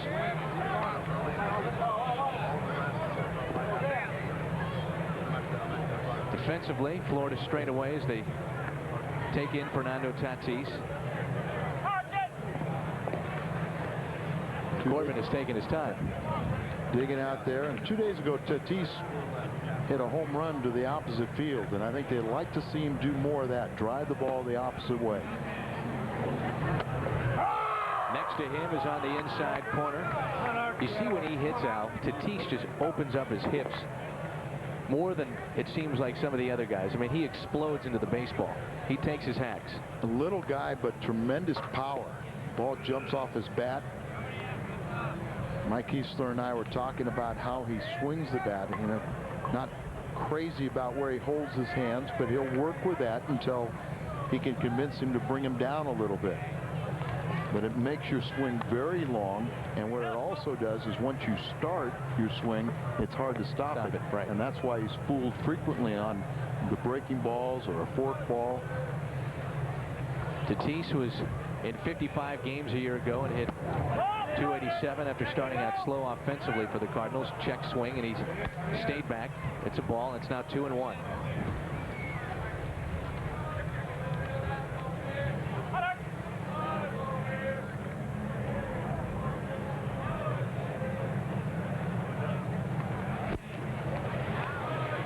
The 2-1 to Tatis is in the dirt. Good job by Garcia to keep it in front.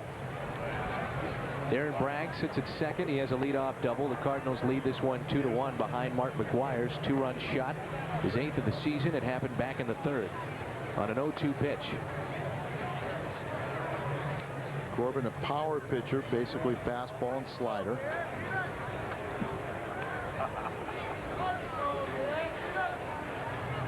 Checks in, gets his sign. Here comes the 3-1. Nearly hit Tatis, and he walked him, and that'll bring in Eli Marrero.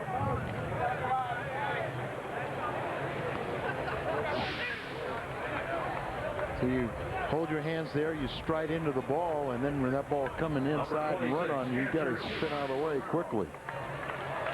You're diving in, and that ball's diving in at you too. Something's got to give. That's right. Bragg sits at second with a leadoff double. At first, it's Fernando Tatis. Nobody out here in the 6th. Corbin has really dug himself a hole as Eli Marrero steps in. He is walked and singled.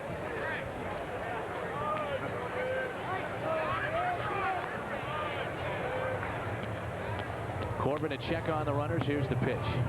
That's a ball in the dirt.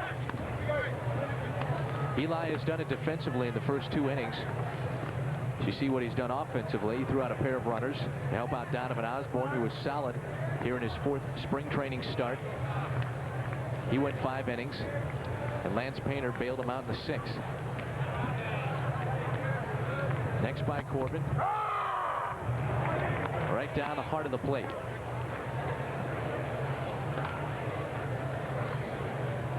I think you're right, Al. You talked about it earlier. Eli Marrero gaining strength as this preseason has gone on, and we're seeing it now 3-4 weeks into spring training as he becomes stronger, not only behind the plate but in the box. Marrero squares, pulls it back, and it's a ball. You see it gaining every day, the confidence that comes along with him getting his physical strength back. First time I ever saw him swing a bat, he was a young minor leaguer and very aggressive. It's a great attribute to have, but you want to be under control. And I think as he matures at the major league level, he'll understand what kind of hitter he is and stay under control. Marrero squares, goes in front of the plate. There's a force at third. They get it there. That's the first out of the inning. So Marrero could not advance the runners. It's going to be first and second. And that real good form once again. Didn't get far enough in front of the plate. Watch it pull the bat back, and then that caused it, when he did hit it, just fall right at his feet. Stay in the batter's box, but get that bat well out into fair territory, and then if that ball rolls another foot or 2, then they don't have that play at third base. Bragg had no chance to get ahead of the throw. Brings in Joe McEwing. He is struck out and grounded out into a double play. Hit to third. Second for 1. The turn, and they don't get him. McEwing beat it. Good hustle by Joe McEwing as he beats the double play. Now, I don't have the best view up here, but I was shocked that was not a double play. You know, the umpires, this is a very young umpiring crew, and the umpires in spring training, the base umpires all rotate, so we have no idea who they are. Maybe here's a better look at it, but to the naked eye, it looked like he was out by a step. And there it looked like he was safe. Yep. So good call. Don't you ever question these umpires. They're infallible.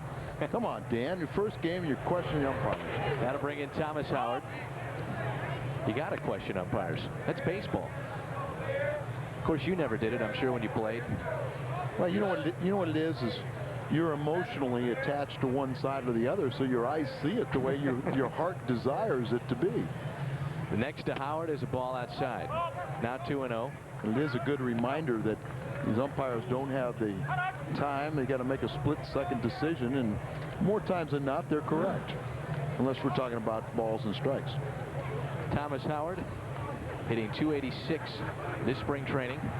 The next to him is a ball. Count now runs to 3-0 with Ordaz, the leadoff man, on deck. Thomas Howard, very intriguing because he's a veteran, a guy that knows his role as a part-time outfielder, veteran pinch hitter, and he's a switch hitter with power from both sides.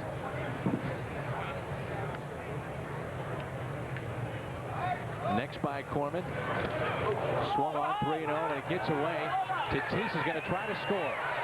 He does. He's in safely as the ball gets away from Corbin, and advancing to second is McEwen. So a 3-0 fastball got away from the catcher, Guillermo Garcia, and a run scores. The Cardinals now lead at 3-1. See it right here.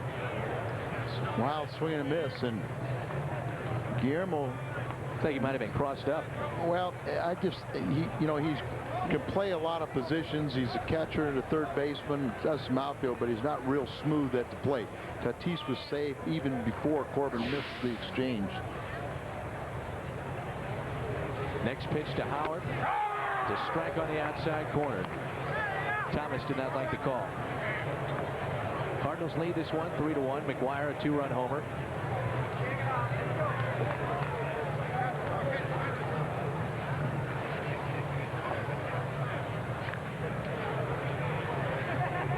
Count is full. Here's the pitch to Howard, and that's ball number 4.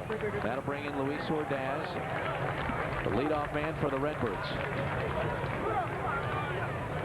Corbin didn't have much of a chance to make this ball club, and he's not helping his chances this out. Not at all. Started out with a double by Darren Bragg, then a walk, then a fielder's choice, and then a pass ball, and things have not gone well for Corbin.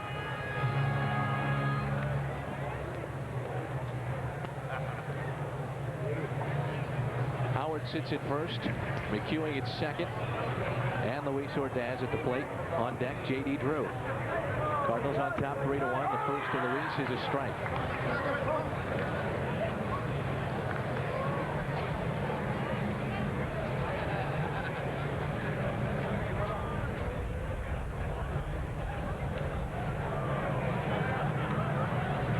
The 0-1 is upstairs.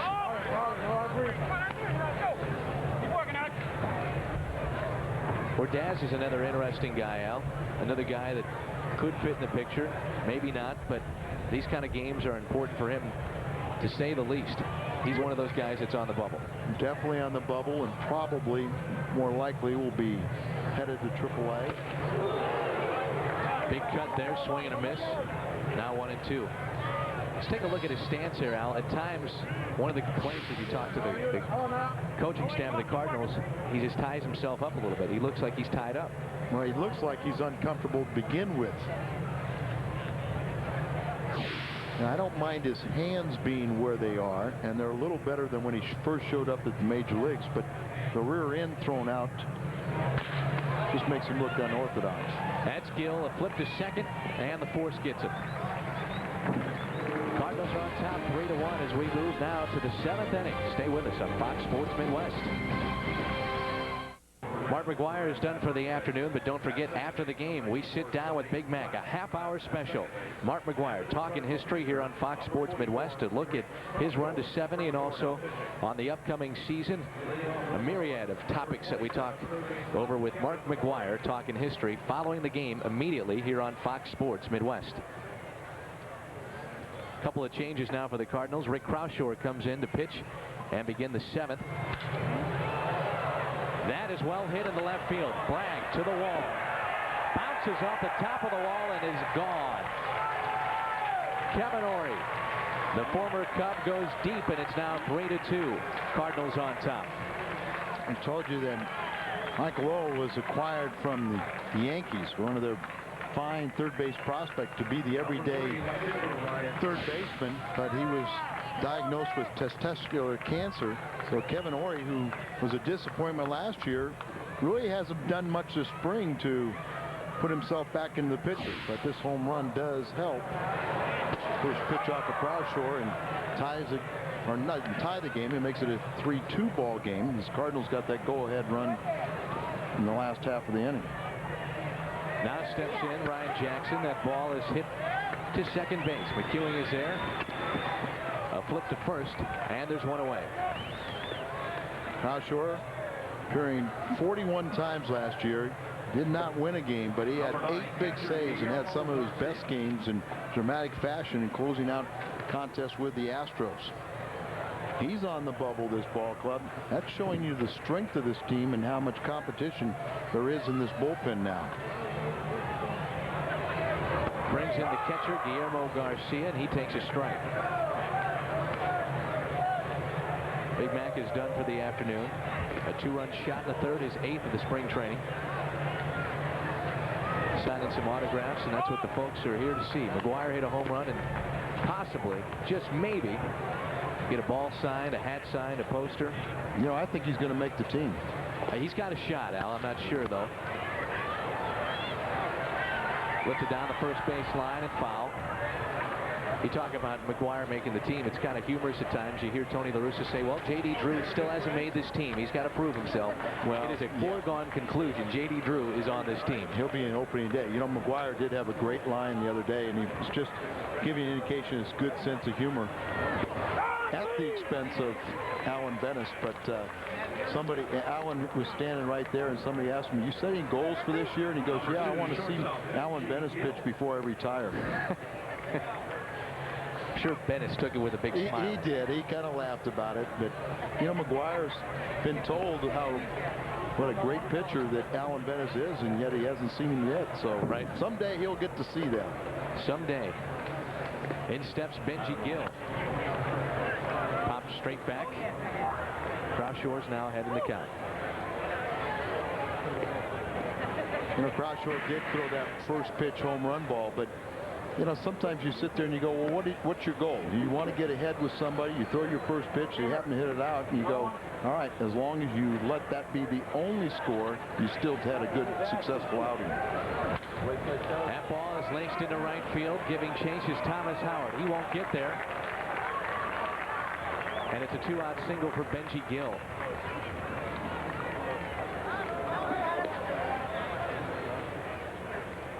Gill just went right with that pitch on the outside portion of the plate by Croushore. Reaches out, hits it back in the stance, and goes into the right field corner. And a nice job by Thomas Howard to get to it quickly and come up firing to the infield and hold it to a single. Now steps in Kevin Millar. Archie Corbin is done after giving up 1 run. The first to him is a strike down central. Millar is another one of these guys. He's a little bit more of a veteran, but he broke the bone in his wrist, the hymate bone. Very tough injury for a hitter. Fouled straight back. Now you see Eduardo Perez playing first base, and a man that should already be in the Hall of Fame and soon will be, Tony Perez, coaching at first base. Tony Perez was as pure a hitter, a tremendous RBI man, and just a wonderful individual that's in the front office of the Marlins now. Next pitch by Croushore is just outside. Castillo held it there. Well, that looked like a strike to me. Eduardo, who really gives you protection both at first and third, really has not taken advantage of his opportunity this spring. Croushore heading the count 1-2. It's fouled back. We'll do it again.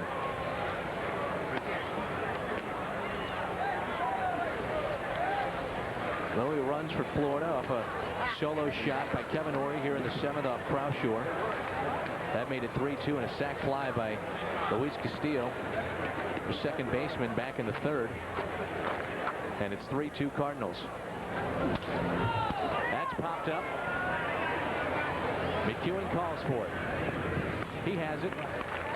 The Cardinals are clean to a 3-2 lead as we head to the 7th inning. Cardinals on top 3-2. More coming up.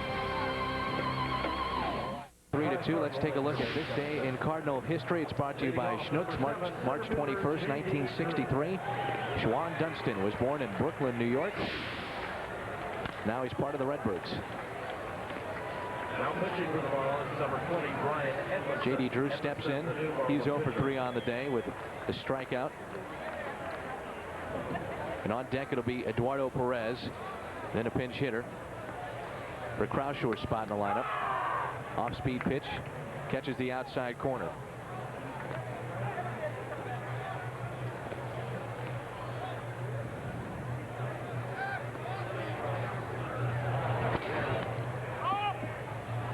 Now 1-2 on J.D. Drew. New battery for J.D. Right behind him, catcher is John Roscos.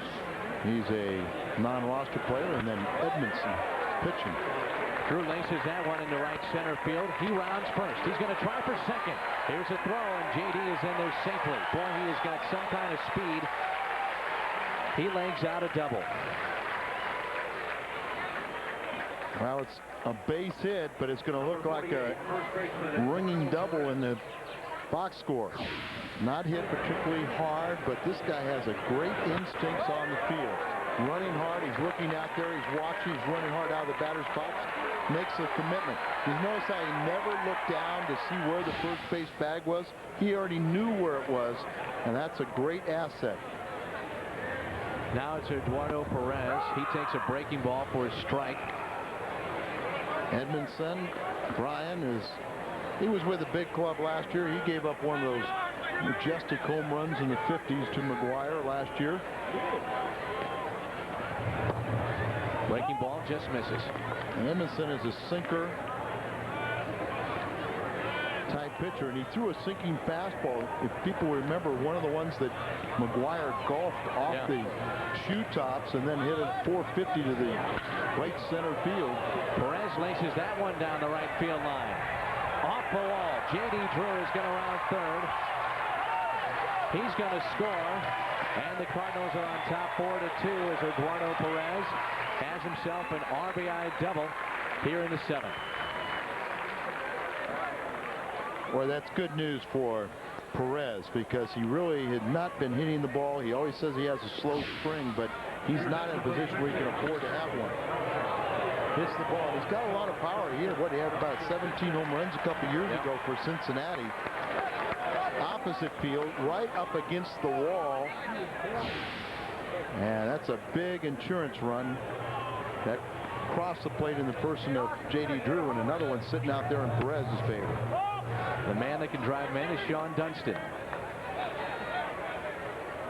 Pinch hitting for Croushore. You know, Dunston right now is being held only to pinch hitting duty. He's got a little tenderness in his arm.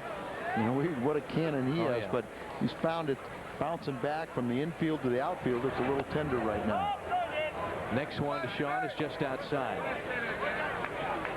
Dunston hitting .333 this spring training. He's appeared in 10 games. Has played relatively well. Yes, he has. He swung the bat well. On deck, it's Darren Bragg. Then we'll see Castillo. Ball outside.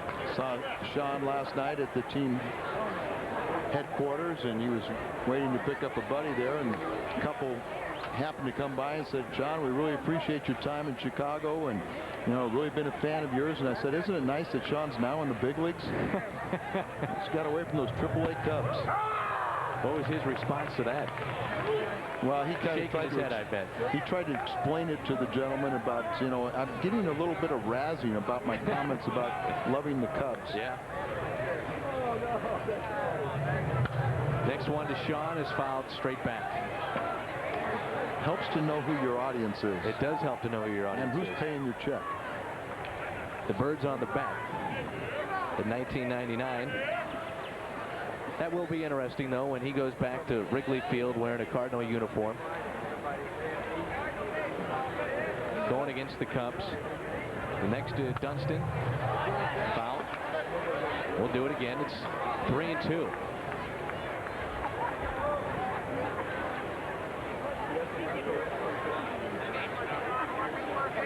Well, we see the speed of J.D. Drew in this inning, what he can do. Legging out a single into a double. That speed helped get the Cardinals a 4-2 lead as Dunston swings and misses. He goes down, and that'll bring in Darren Bragg. A good pitch in a location up and in, tying up a hitter.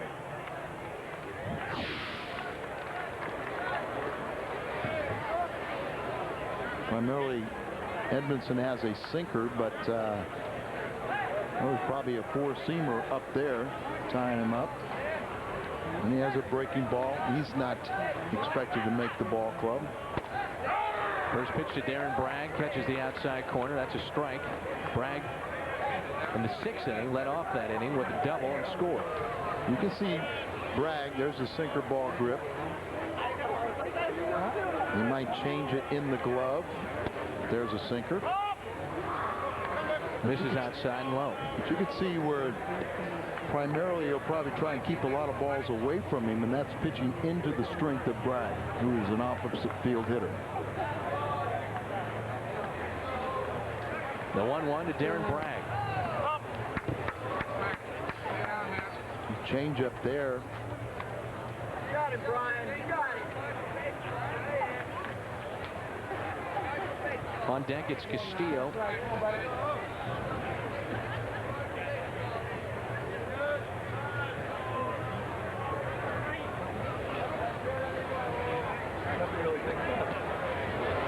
Bragg swings and misses. Guessing there. Yes, he was. He was fooled, went down, and that's the second out of the inning. Yeah, there's no doubt he was guessing on this pitch. Well, he's looking off speed, and you see a real late swing. And that's part of pitching. Hitters are up there guessing. You just make sure you throw what they're not looking for. Alberto Castillo will now step in, hitting .364. He's appeared in 11 games for Tony La Russa's club. First to him is outside. Breaking ball. Yep. And I mentioned Castillo that they're very happy with his offense. And Mike Kiesler just told me, he says, I don't think anybody's ever taught him the way to hit. Keep the good balance and then what to look for. He's always had a little pop in his bat, but he never made enough contact. And his real forte is his catching and throwing, and that's exactly what you need from a backup man. And that was a concern for Tony La Russa and the coaching staff, who would back up Eli Marrero.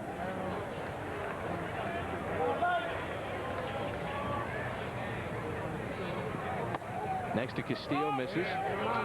From Edmondson, it's now 2-1. And on deck, a man that doesn't even have his name. The stitching on the back of his uniform, Stubby Clapp. Stubby Clapp's happy to be in the A game, though. Yes, he is. Castillo fouls that one straight back. Count now even at 2-2.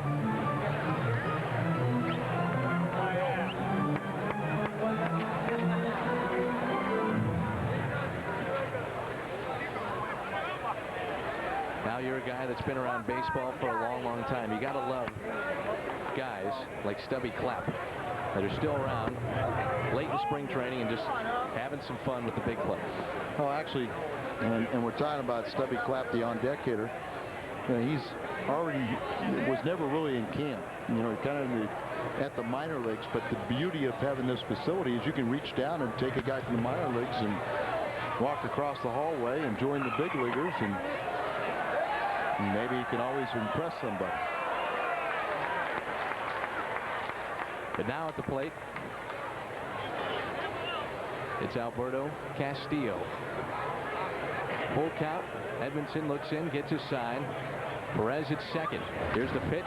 Grounded up the middle to the shortstop, Gill. Nice play off the deflection from Edmondson, and that does in the Cardinals. But the Cardinals and J.D. Drew Score 1 run. They lead it 4-2 as J.D. Drew stretched a single into a double. He would later score. Cardinals on top 4-2. We head to the 8th. Cardinals lead it 4-2. Let's take a look at our Auto Tire. What's on tap? Next game on Fox Sports Midwest will be Saturday at noon. The Dodgers and the Cardinals will have the broadcast at noon here on Fox Sports Midwest next weekend, Saturday. Brian Barnes now in to pitch, a left-hander for the St. Louis Cardinals. He's appeared in 4 games in spring training, an ERA of 3, and pitched 6 innings, giving up 5 hits. Well, Brian has got 3+ years in the major leagues, and he's been a little lefty who always had the ability to strike out guys. When you go back to 1990, pitching at Jacksonville, he had 213 strikeouts in the minor leagues. That was best that season by any minor leaguer. Had 154 strikeouts last year for Memphis, where he had a 7-5 record, ERA at 3.58, 35 appearances. 21 of those games were starts. He's got a nice start here. 0-2 on the leadoff man, Luis Castillo, who has one of the RBIs for the Marlins this afternoon. Watkins sits on deck, and then it'll be the first baseman Hires. 4-2, Cardinals lead it here in the 8th. The 0-2 pitch by Brian Barnes. He struck him out.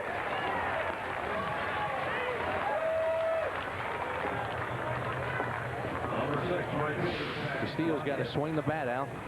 Brian Barnes always had a good curveball, and he almost throws a little screwball a little bit, but he throws strikes, comes right after guys. And there was a point in time last year when the bullpen was a little shaky that there was a lot of consideration of bringing up Brian Barnes. Now by the plate, it's Pat Watkins, the right fielder. He is struck out, grounded out back in the 3rd, and singled in the 6th. That one's hit to the right center field gap. Howard gives chase along with Drew. No one's going to get there. J.D. Drew picks it up, bobbles it. Now Watkins heads for 3rd, and he's going to have a stand-up triple with 1 out here in the 8th. Watkins got a ball to drive, and he took it to right center field. Looked like Barnes tried to turn the ball over a little bit, but it was too high in the strike zone. And when you start it up there, it flattens out and it's very hittable. Went out in the right center field, and there was a little bobble out there. There was the strikeout of Castillo, and there's right there, it rolled up on his wrist, and so he might score a double and a error, but no, it looks like it's triple all the way. Triple all the way as Hires now steps in. He'll try to cut the Cardinals' lead. Barnes' first pitch is a strike on the outside corner. Good test. You know, sometimes if you're the manager, you say, I don't want to see a guy have a 1-2-3 inning. I want to see what Brian Barnes does, trying to protect a 2-run lead and a runner at 3rd base, and only 1 out. Breaking ball, and that is well hit in the right center field. Giving chase is Howard, and he makes a nice play. Tagging up and scoring is Watkins, and it's now 4-3. Brian Barnes to a hanging breaking ball. So much is said about lefties against lefties, but if you make a good pitch, you get them out, but you throw a hanger, and that is a hanger that will go a long way. That is a byproduct of this high strike zone. So many times today, guys do not swing at hanging breaking balls because they do not call pitches up strikes. If they call the fastball up there, you're going to have as much offense because they'll swing at that hanging breaking ball. And if you don't hit it out, you'll hit it far enough for a sac fly.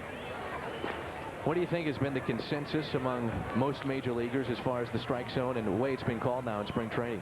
Well, I think, first of all, they're not going to like it because it's new.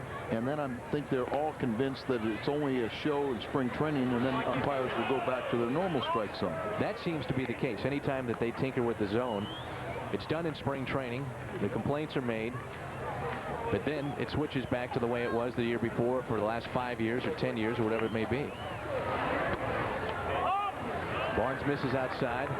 That runs the count now to 3-0. And the umpires say, well, you know, the hitter doesn't like the high strike. I'm going to hear it from the bench. I'm going to hear this. It's just going to add to our misery. Let's just call the one that is a microscopic strike zone, and then the pitcher's rolling mad.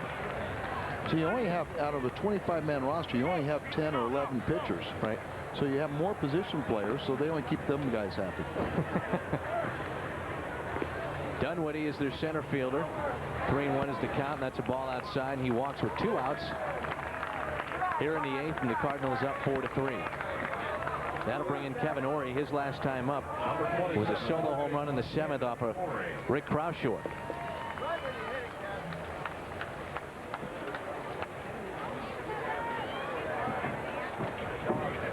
Big crowd on hand here at Roger Dean Stadium. They were able to take in a Mark McGuire 2-run homer, his 8th of spring training. Here's Ory, former Cub, and that's a ball. Kevin Ory is kind of an interesting guy, Al.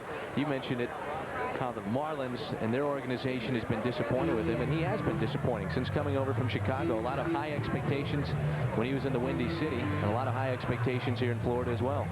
Well, he was given a job, and then he pretty much didn't do anything last year. He lost it, and then when they got Mike Lowell, you thought he would at least, you know, say, okay, if I can't play here, I'll impress some other scouts, and he's been pretty lackadaisical. He split time last season at Iowa and also Florida. Appeared in 48 games and hit .263 a season ago. You know, he hit .370 at Iowa, so you can see where they like him. But .181 with the Cubs and .263 with the Marlins. Next one by Barnes. Here's a ball. Count now 3-0. Man at first is Todd Dunwoody, 23-year-old center fielder for Florida. Marlins trail this one by 1. The next by Brian Barnes is another ball, and now he has walked the last 2 men, Dunwoody and Kevin Ory, and that brings in Ryan Jackson. Ricky Vitalico is scheduled to pitch and hopefully pick up a save for Tony La Russa, but you might find that this would be the last man that Barnes will face.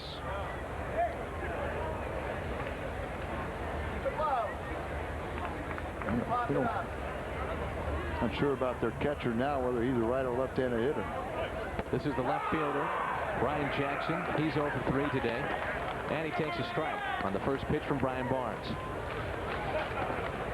Rizzo is the catcher, and he's Nick Rizzo. He's in the on-deck circle. Nope, I mean Roskus.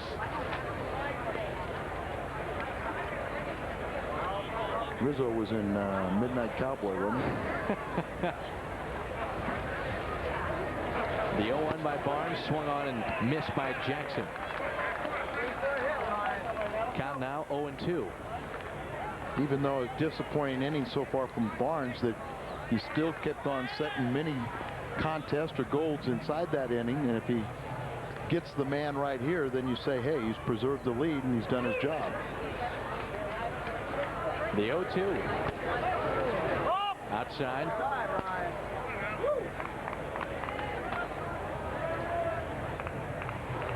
Next Saturday, we're back at you here on Fox Sports Midwest at noon. The Cardinals face the Dodgers. In the dirt, good job by Castillo blocking it in front. Count now at 2-2.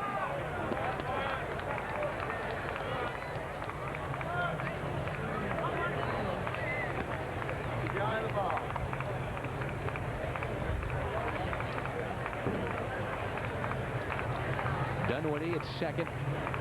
Kevin Ory sits at first, and the 2-2 to Jackson. Just missed outside. Wow, where was it? That's 2 that he's just missed like that. Full count, 2 outs. Runners will be going on the pitch. And he walked him. He's now walked 3 straight. He's walked Dunwoody, Ory, and now Ryan Jackson.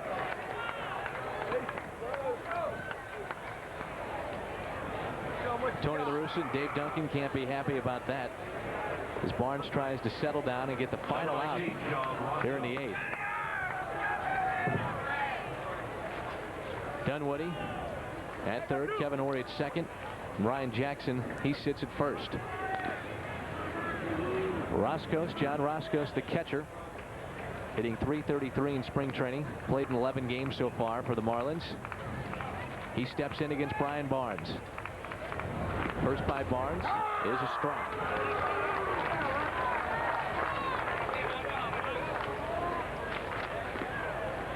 Roscos hits from the right side. Defensively, the Cardinals shade him just a bit to the left side.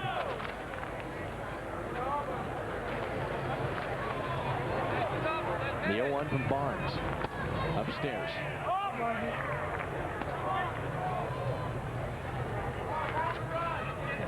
Roscos, only 24 years of age, 5'11", 200 pounds. 25 days of Major League service. That is all that he has been in the big leagues. Next to him is laced into left center field. That's going to score 1 run. Ori trots around third. That gives the Marlins the lead. They're going to try to score another man. That's Watson. A play at the plate. He is safe. And the Marlins now have a lead here in the 8th that they have touched against Brian Barnes. Roscos, RBI double, 3-run score, and it's now a Marlins lead here in the 8th. Ball out away from him, plugs the gap out on left center. J.D. Drew gets to it, hits the cutoff man Ordaz. He throws the ball in, and Stubby Clapp cuts it off. I don't know if they would have had a shot at him or not, but it didn't look like Castillo wanted him, Clapp, to cut it off. He did so, and there's no contest. 3 runs in, and another man out at second, the hitter. And it's a 6-4 Marlins lead. Now Benji Gill will step in against Brian Barnes. Check swing strike. Talico has been warming up, but Tony La Russa chose to stay with Barnes, and it burned him. And like you said earlier, Al, this is a chance to see what you can do under some adversity, and I'm sure that's something that Tony La Russa and Dave Duncan want to see out of Brian Barnes. Next to Benji Gill is a breaking ball in there for a strike.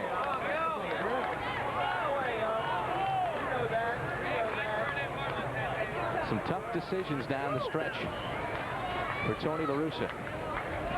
Well, sometimes people make the decision for you. Yep. The next to Gill.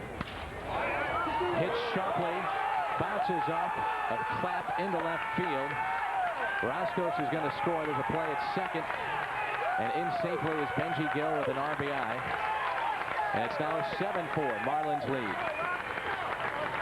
Benji hit that ball extremely hard. Stubby Clapp, the third baseman, tried to stay in front of it. Came up on him, went off his left shoulder into left center. Breaking ball again, hit him off the front foot, off that shoulder, and then kind of went in there. And a nice play. McEwen was anticipating having a play at second, but Gill's in underneath the tag. Hanging breaking ball, bang there by Benji Gill. His first RBI of the day. It's now 7-4. That ball is hit up the third base line and foul. Brian Barnes now has given up 4 runs. Or rather 5 runs here in the 8th. Joe Funaro, another non-roster player, hitting now. Count on him is now 1-1.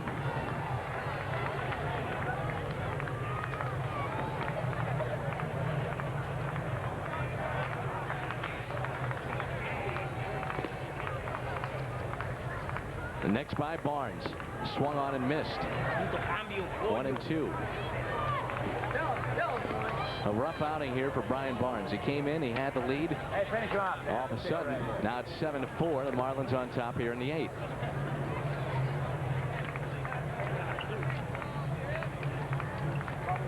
Barnes gets his sign, and here's the pitch. Just missed. Where was that one?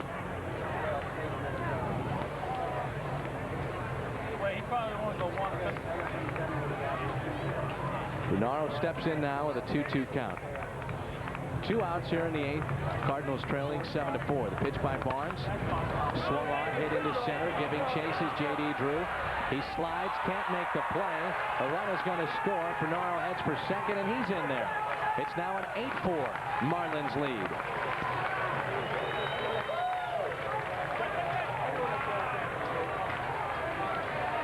Tony's seen enough right now, and maybe that one was another indication of the shine, a glare on the center field, because it looked like J.D. Now, it really wasn't a vicious swing, kind of feeling for the ball, but you see the sun reflecting off of J.D.'s glasses and just kind of sliding, trying to reach out for where the last spot he saw the ball and did not come up with it. Tony La Russa talking it over with Brian Barnes, elects to stay with him with 2 outs here in the 8th. And the Marlins have plated six runs now here in the 8th off of Brian Barnes. Now the leadoff man, Castillo, hits for the second time. Hits for the second time here in the 8th. A chance for Barnes to try and strike him out for the second time. He led off this inning and struck out. Bernaro now sits at second. The pitch by Barnes. It's a breaking ball upstairs.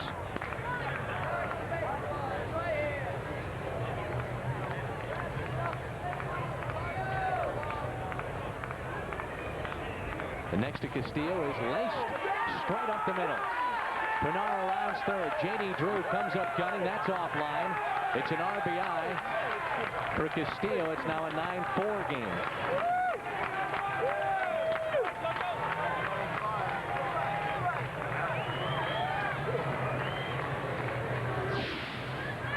And Brian's not tricking anybody right now. Turn that ball over, put the ball up, out over the plate, and hitters are very comfortable standing in the batter's box. 4 consecutive hits after 3 walks in a row. And the walks is what got this all started. It did. Started with Todd Dunwoody when there were 2 outs. He walked Dunwoody, then Ori, then Jackson, then Roscos did the damage after that. There's a strike to Pat Watkins. Evens the count at 1-1. At first, it's Castillo. Watkins today 2 for 4 with a triple, a single, and a strikeout. That's upstairs. 2-1.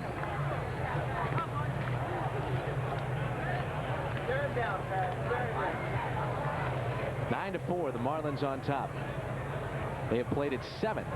Now here in the 8th. That ball hit the center. Drew a late break. Probably couldn't get there. Castillo rounds second. He'll head to third. And it's first and third as the first baseman Hires now will step in.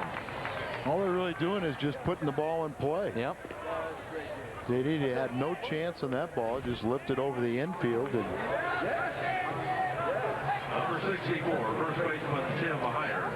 you know, it's almost, Danny, it's not, you know, not that you want to hurt somebody or necessarily hit somebody, but all of a sudden you go, wait a minute, enough's enough. Yeah. And you say, I've got, show me a little respect.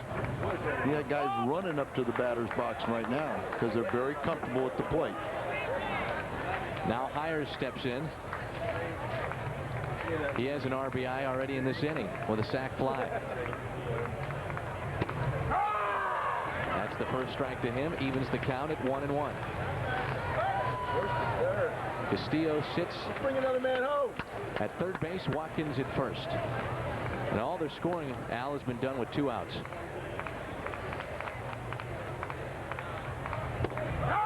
Strike on the outside corner.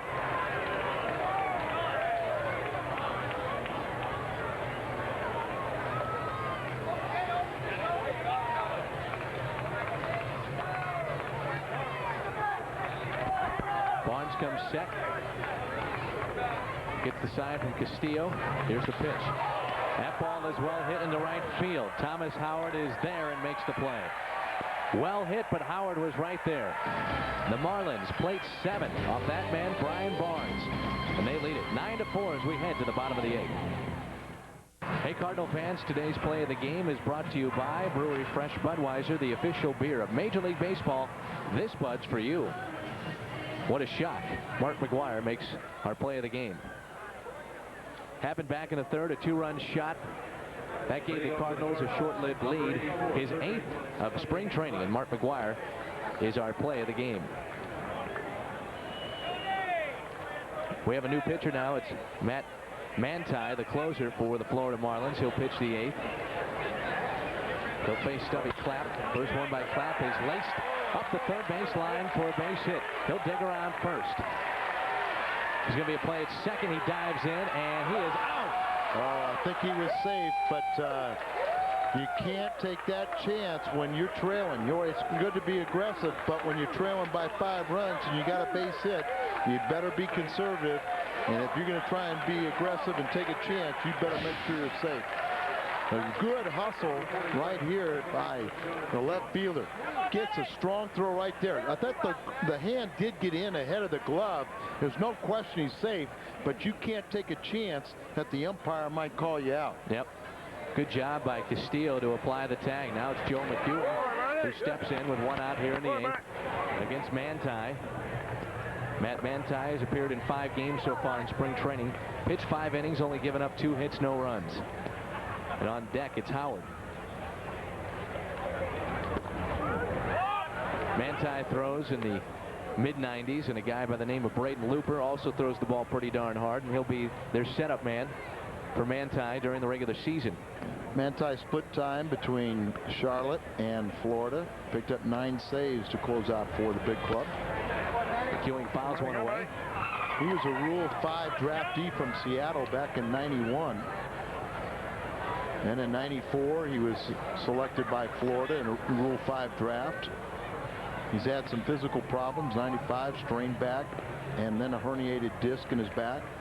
'96, sore shoulder, sprained ankle in '98. Ball hit to the right side. Castillo is there. Flip to first, and they get McEwen. McEwen is 0 for the day.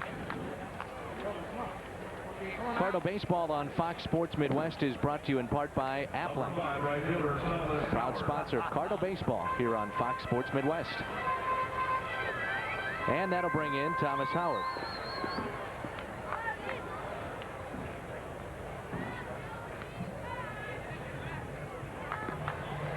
The first to him from Manti is ripped to center field. Dunwoody, though, is right there. He has a beat on it, makes the play, and it's a 1-2-3 inning for Matt Manti, the closer of the Florida Marlins. Marlins are in control of this one. They lead it 9-4 as we head to the 9th. Well, what's the coolest show on TV? It's the hottest half hour on television as NHL Cool Shots once again takes you for a ride with hockey's brightest stars. Pretty cool, huh? Yeah, baby. Excuse me, you're interfering with my light? Tune in to get up close and personal with the coolest athletes on Earth. It's so cool! Catch all the action on and off the ice. Friday at 4 on Fox Sports Midwest.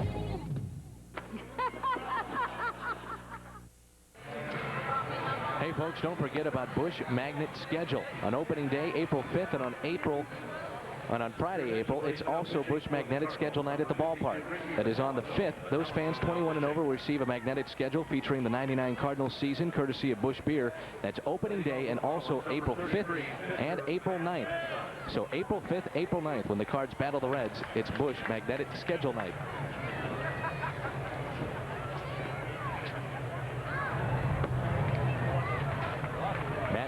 Manti will step in. He'll hit for himself. And we get a look at Ricky Bottalico, the new Cardinals pitcher, who has had a solid spring. 7 innings, given up only 7 hits. He struck out 7, and his ERA is at 2.57. Ricky is now one of the real power pitchers. And he's talking with some of the pitching coaches down here, and they say they feel that he is so much more fluid right now. Always had just a great arm, power slider, and fastball. Manti hits one deep into right center field. And out of the ballpark. How do you like that? Matt Manti, a solo shot off of Ricky Bottalico. Their closer goes deep and adds to the lead. It's now 10-4. Marlins on top as Matt Manti will touch them all. A home run for the Florida closer. Well, it just goes to prove if you swing the bat, you might make contact. And a guy that throws as hard as Bottalico, he'll provide the power himself. Well off the plate. Probably didn't think he was going to make contact.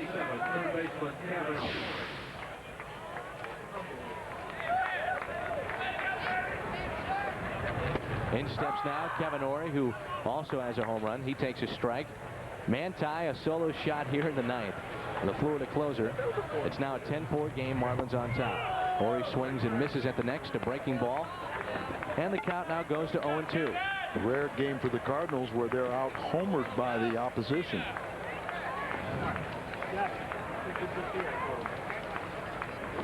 You're right, Al. That rarely happens. With McGuire in the lineup as Ory shoots one to third base. That's Clapp. Fires to first, and there's one away as Ory is retired here in the ninth for the first out. Cardinals have hit 30 home runs to the opponent's 16 on the season, or 29 home runs to 16. And Cardinals have homered in all but 3 of their games this season, 3 out of 18. Ryan Jackson laces one into right center field. Thomas Howard is there. Jackson rounds first. Howard bobbles. But Jackson stays at first. And it's a 1-out single here in the ninth.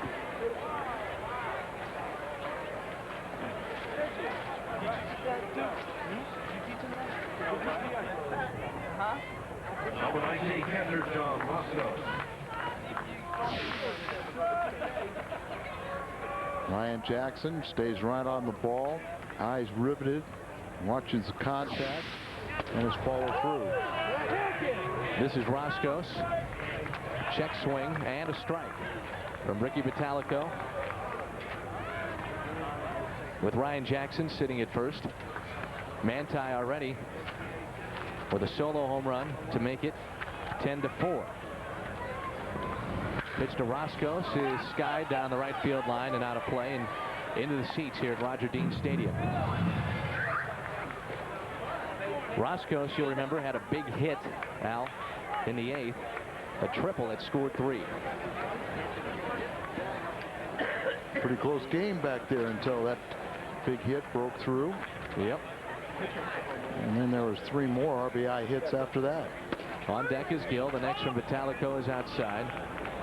Count now 1-2.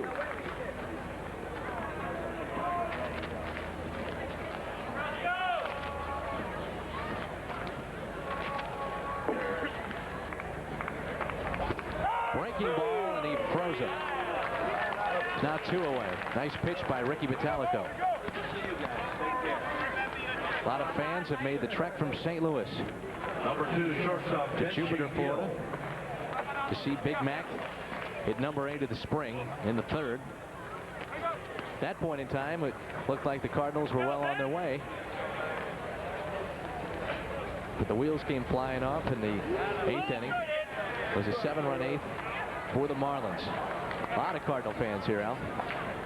Well, it's a great time. You know, we've spent so many years in St. Petersburg, but they have found that the other side of the state is very accommodating also. Next pitch to Benji Gill is a swing and a miss. I've always felt as a fan some of the best times to come down and watch baseball is during spring training, because you get to see the players up close. You see what they do practicing. I just think it's a lot of fun and one of the better times to watch Major League Baseball.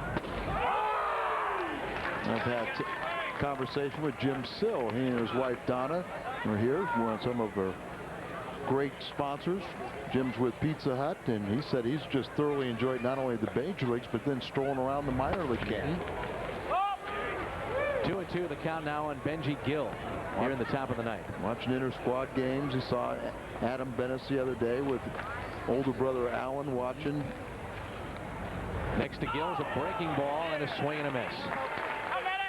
Ricky Vitalico gave up 1 run. A solo shot to Manti, their closer. Cardinals have 1 more shot. They trail 10-4.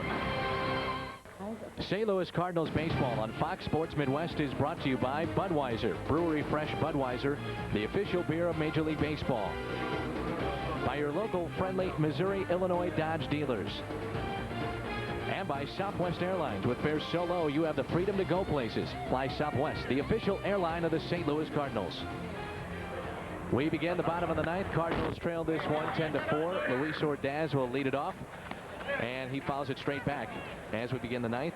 Matt Manti still on the mound for the Florida Marlins. Their closer, trying to get some work in before the regular season begins. Well, when the game got out of hand, I guess we went down and got some minor leaguers. We got two of them. We have no clue. Rudy Pemberton is now, I think he's out in left field. He's the on-deck hitter.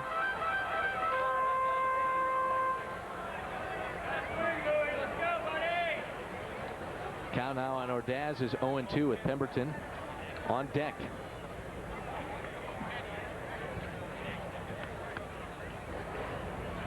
The 0-2 pitch, wasted outside. Count now 1-2.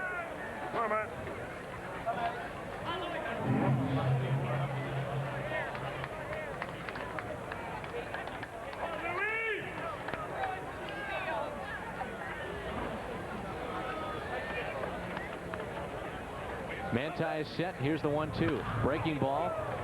Routed weakly to short. Gill charges.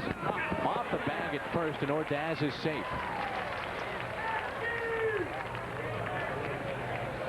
Luis Ordaz with a leadoff hit here in the ninth. They'll probably charge, though, Gill with an error. Very generous, but hey, congratulations and welcome aboard. Thank you, sir. You've made things easy for you. You have made it easy. We talked last night, and you made it easy. Well, as long as we don't have seven-run innings, it makes it a little easier, doesn't it? It does make it a little easier. Hey, how about your big show following the ball game? Talking history with Mark McGuire. We've been talking about it throughout the broadcast. There's a ground ball to first. Hires will just take it himself as Ordaz now moves to second. But Mark McGuire talking history following the ball game. Immediately following this game, folks will want to make sure and stay with us here on Fox Sports Midwest as we sit down with Mark McGuire, talk about the upcoming season and his run for 70 and just baseball in general, Al. And you know, he's asked the questions numerous times, but we try to get on something that he rarely talks about, and that is the game of baseball, the state of baseball. And it seems like he's asked about everything else except about baseball. So that's what we talk about with Big Mac coming up after the game. Eduardo Perez now steps in. Well, I don't know what he said, but I've heard some comments the way he thinks the state of baseball is. I think that he's obviously has a mindset to make the fans very happy. No doubt about it. Manti, the next to Perez. He talks a lot about, Al, the contract given to Kevin Brown and what that does for the state of baseball, and as far as salaries and small market teams trying to compete with the LAs and the Yankees of the world. It's a lot of fun sitting down with Mark McGuire. Perez skies one in the left. Brian Jackson takes a few steps in, now backs up, makes the play. A major league pop-up there. And the Cardinals are down to their final out of the afternoon.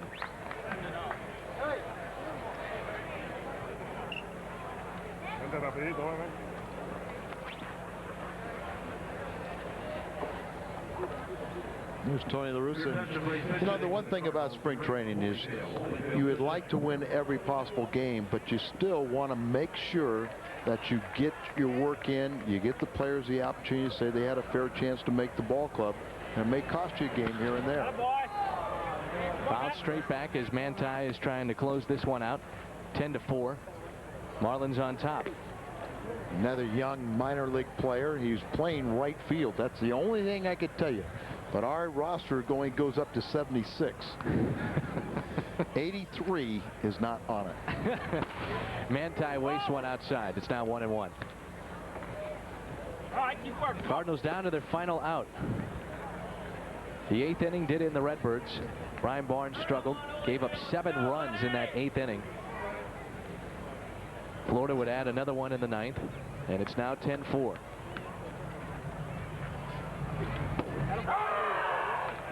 Strike sneaks in there. Curveball sneaks in on the outside corner. Backdoor breaking ball snuck in there.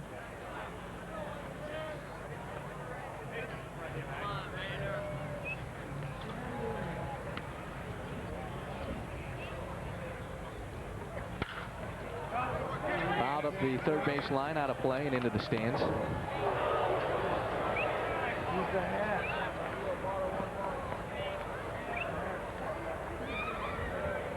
3 hours and 1 minute.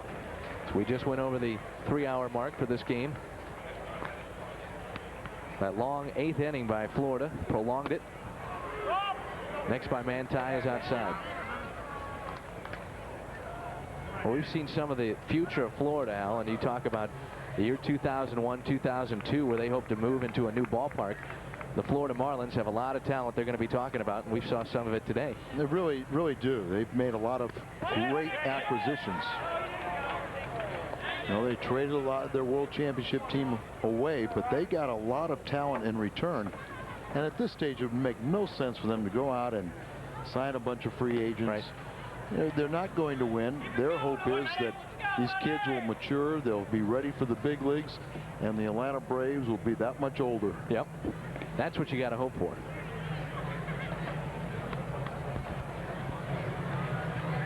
The full count pitch by Manti is swung and fouled up the first base line. You know, the Marlins, now that Jim Leyland has moved on to Colorado, they have a young manager who really was the interim manager when Rene Latchman was fired. But John Bowles comes from a player development background, and he's the perfect kind of guy to have young players and say, I know they're going to make mistakes. I'm not going to put any pressure, but we're going to let them play and we're going to learn. We'll work hard. Swing and a miss. And that does it. Florida has won it. Cardinals are now back to the 500 mark at 9-9. Florida improves to 7-12. 10-15-1 for the Marlins. 4-8-1 for the Redbirds. 10-4 the final, Al. Well, it's one of those ball games. As I said, you know, Tony, very competitive, wants to win every single game, but he got the work in that he wanted to. He could have elected to bring Batalico in earlier, but he chose not to do so. It cost us a victory, but he also might have helped him with the roster decision. This was fun, sir. Thank you very much. Hey, thank you. We're going to have fun this year on the road on Fox Sports Midwest. Should be a lot of fun. That's Al Hrabowski. I'm Dan McLaughlin. Our final score today from Jupiter is 10-4. The Redbirds lose. Cardinal Baseball is an exclusive presentation of Fox Sports Midwest in association with Bud Sports.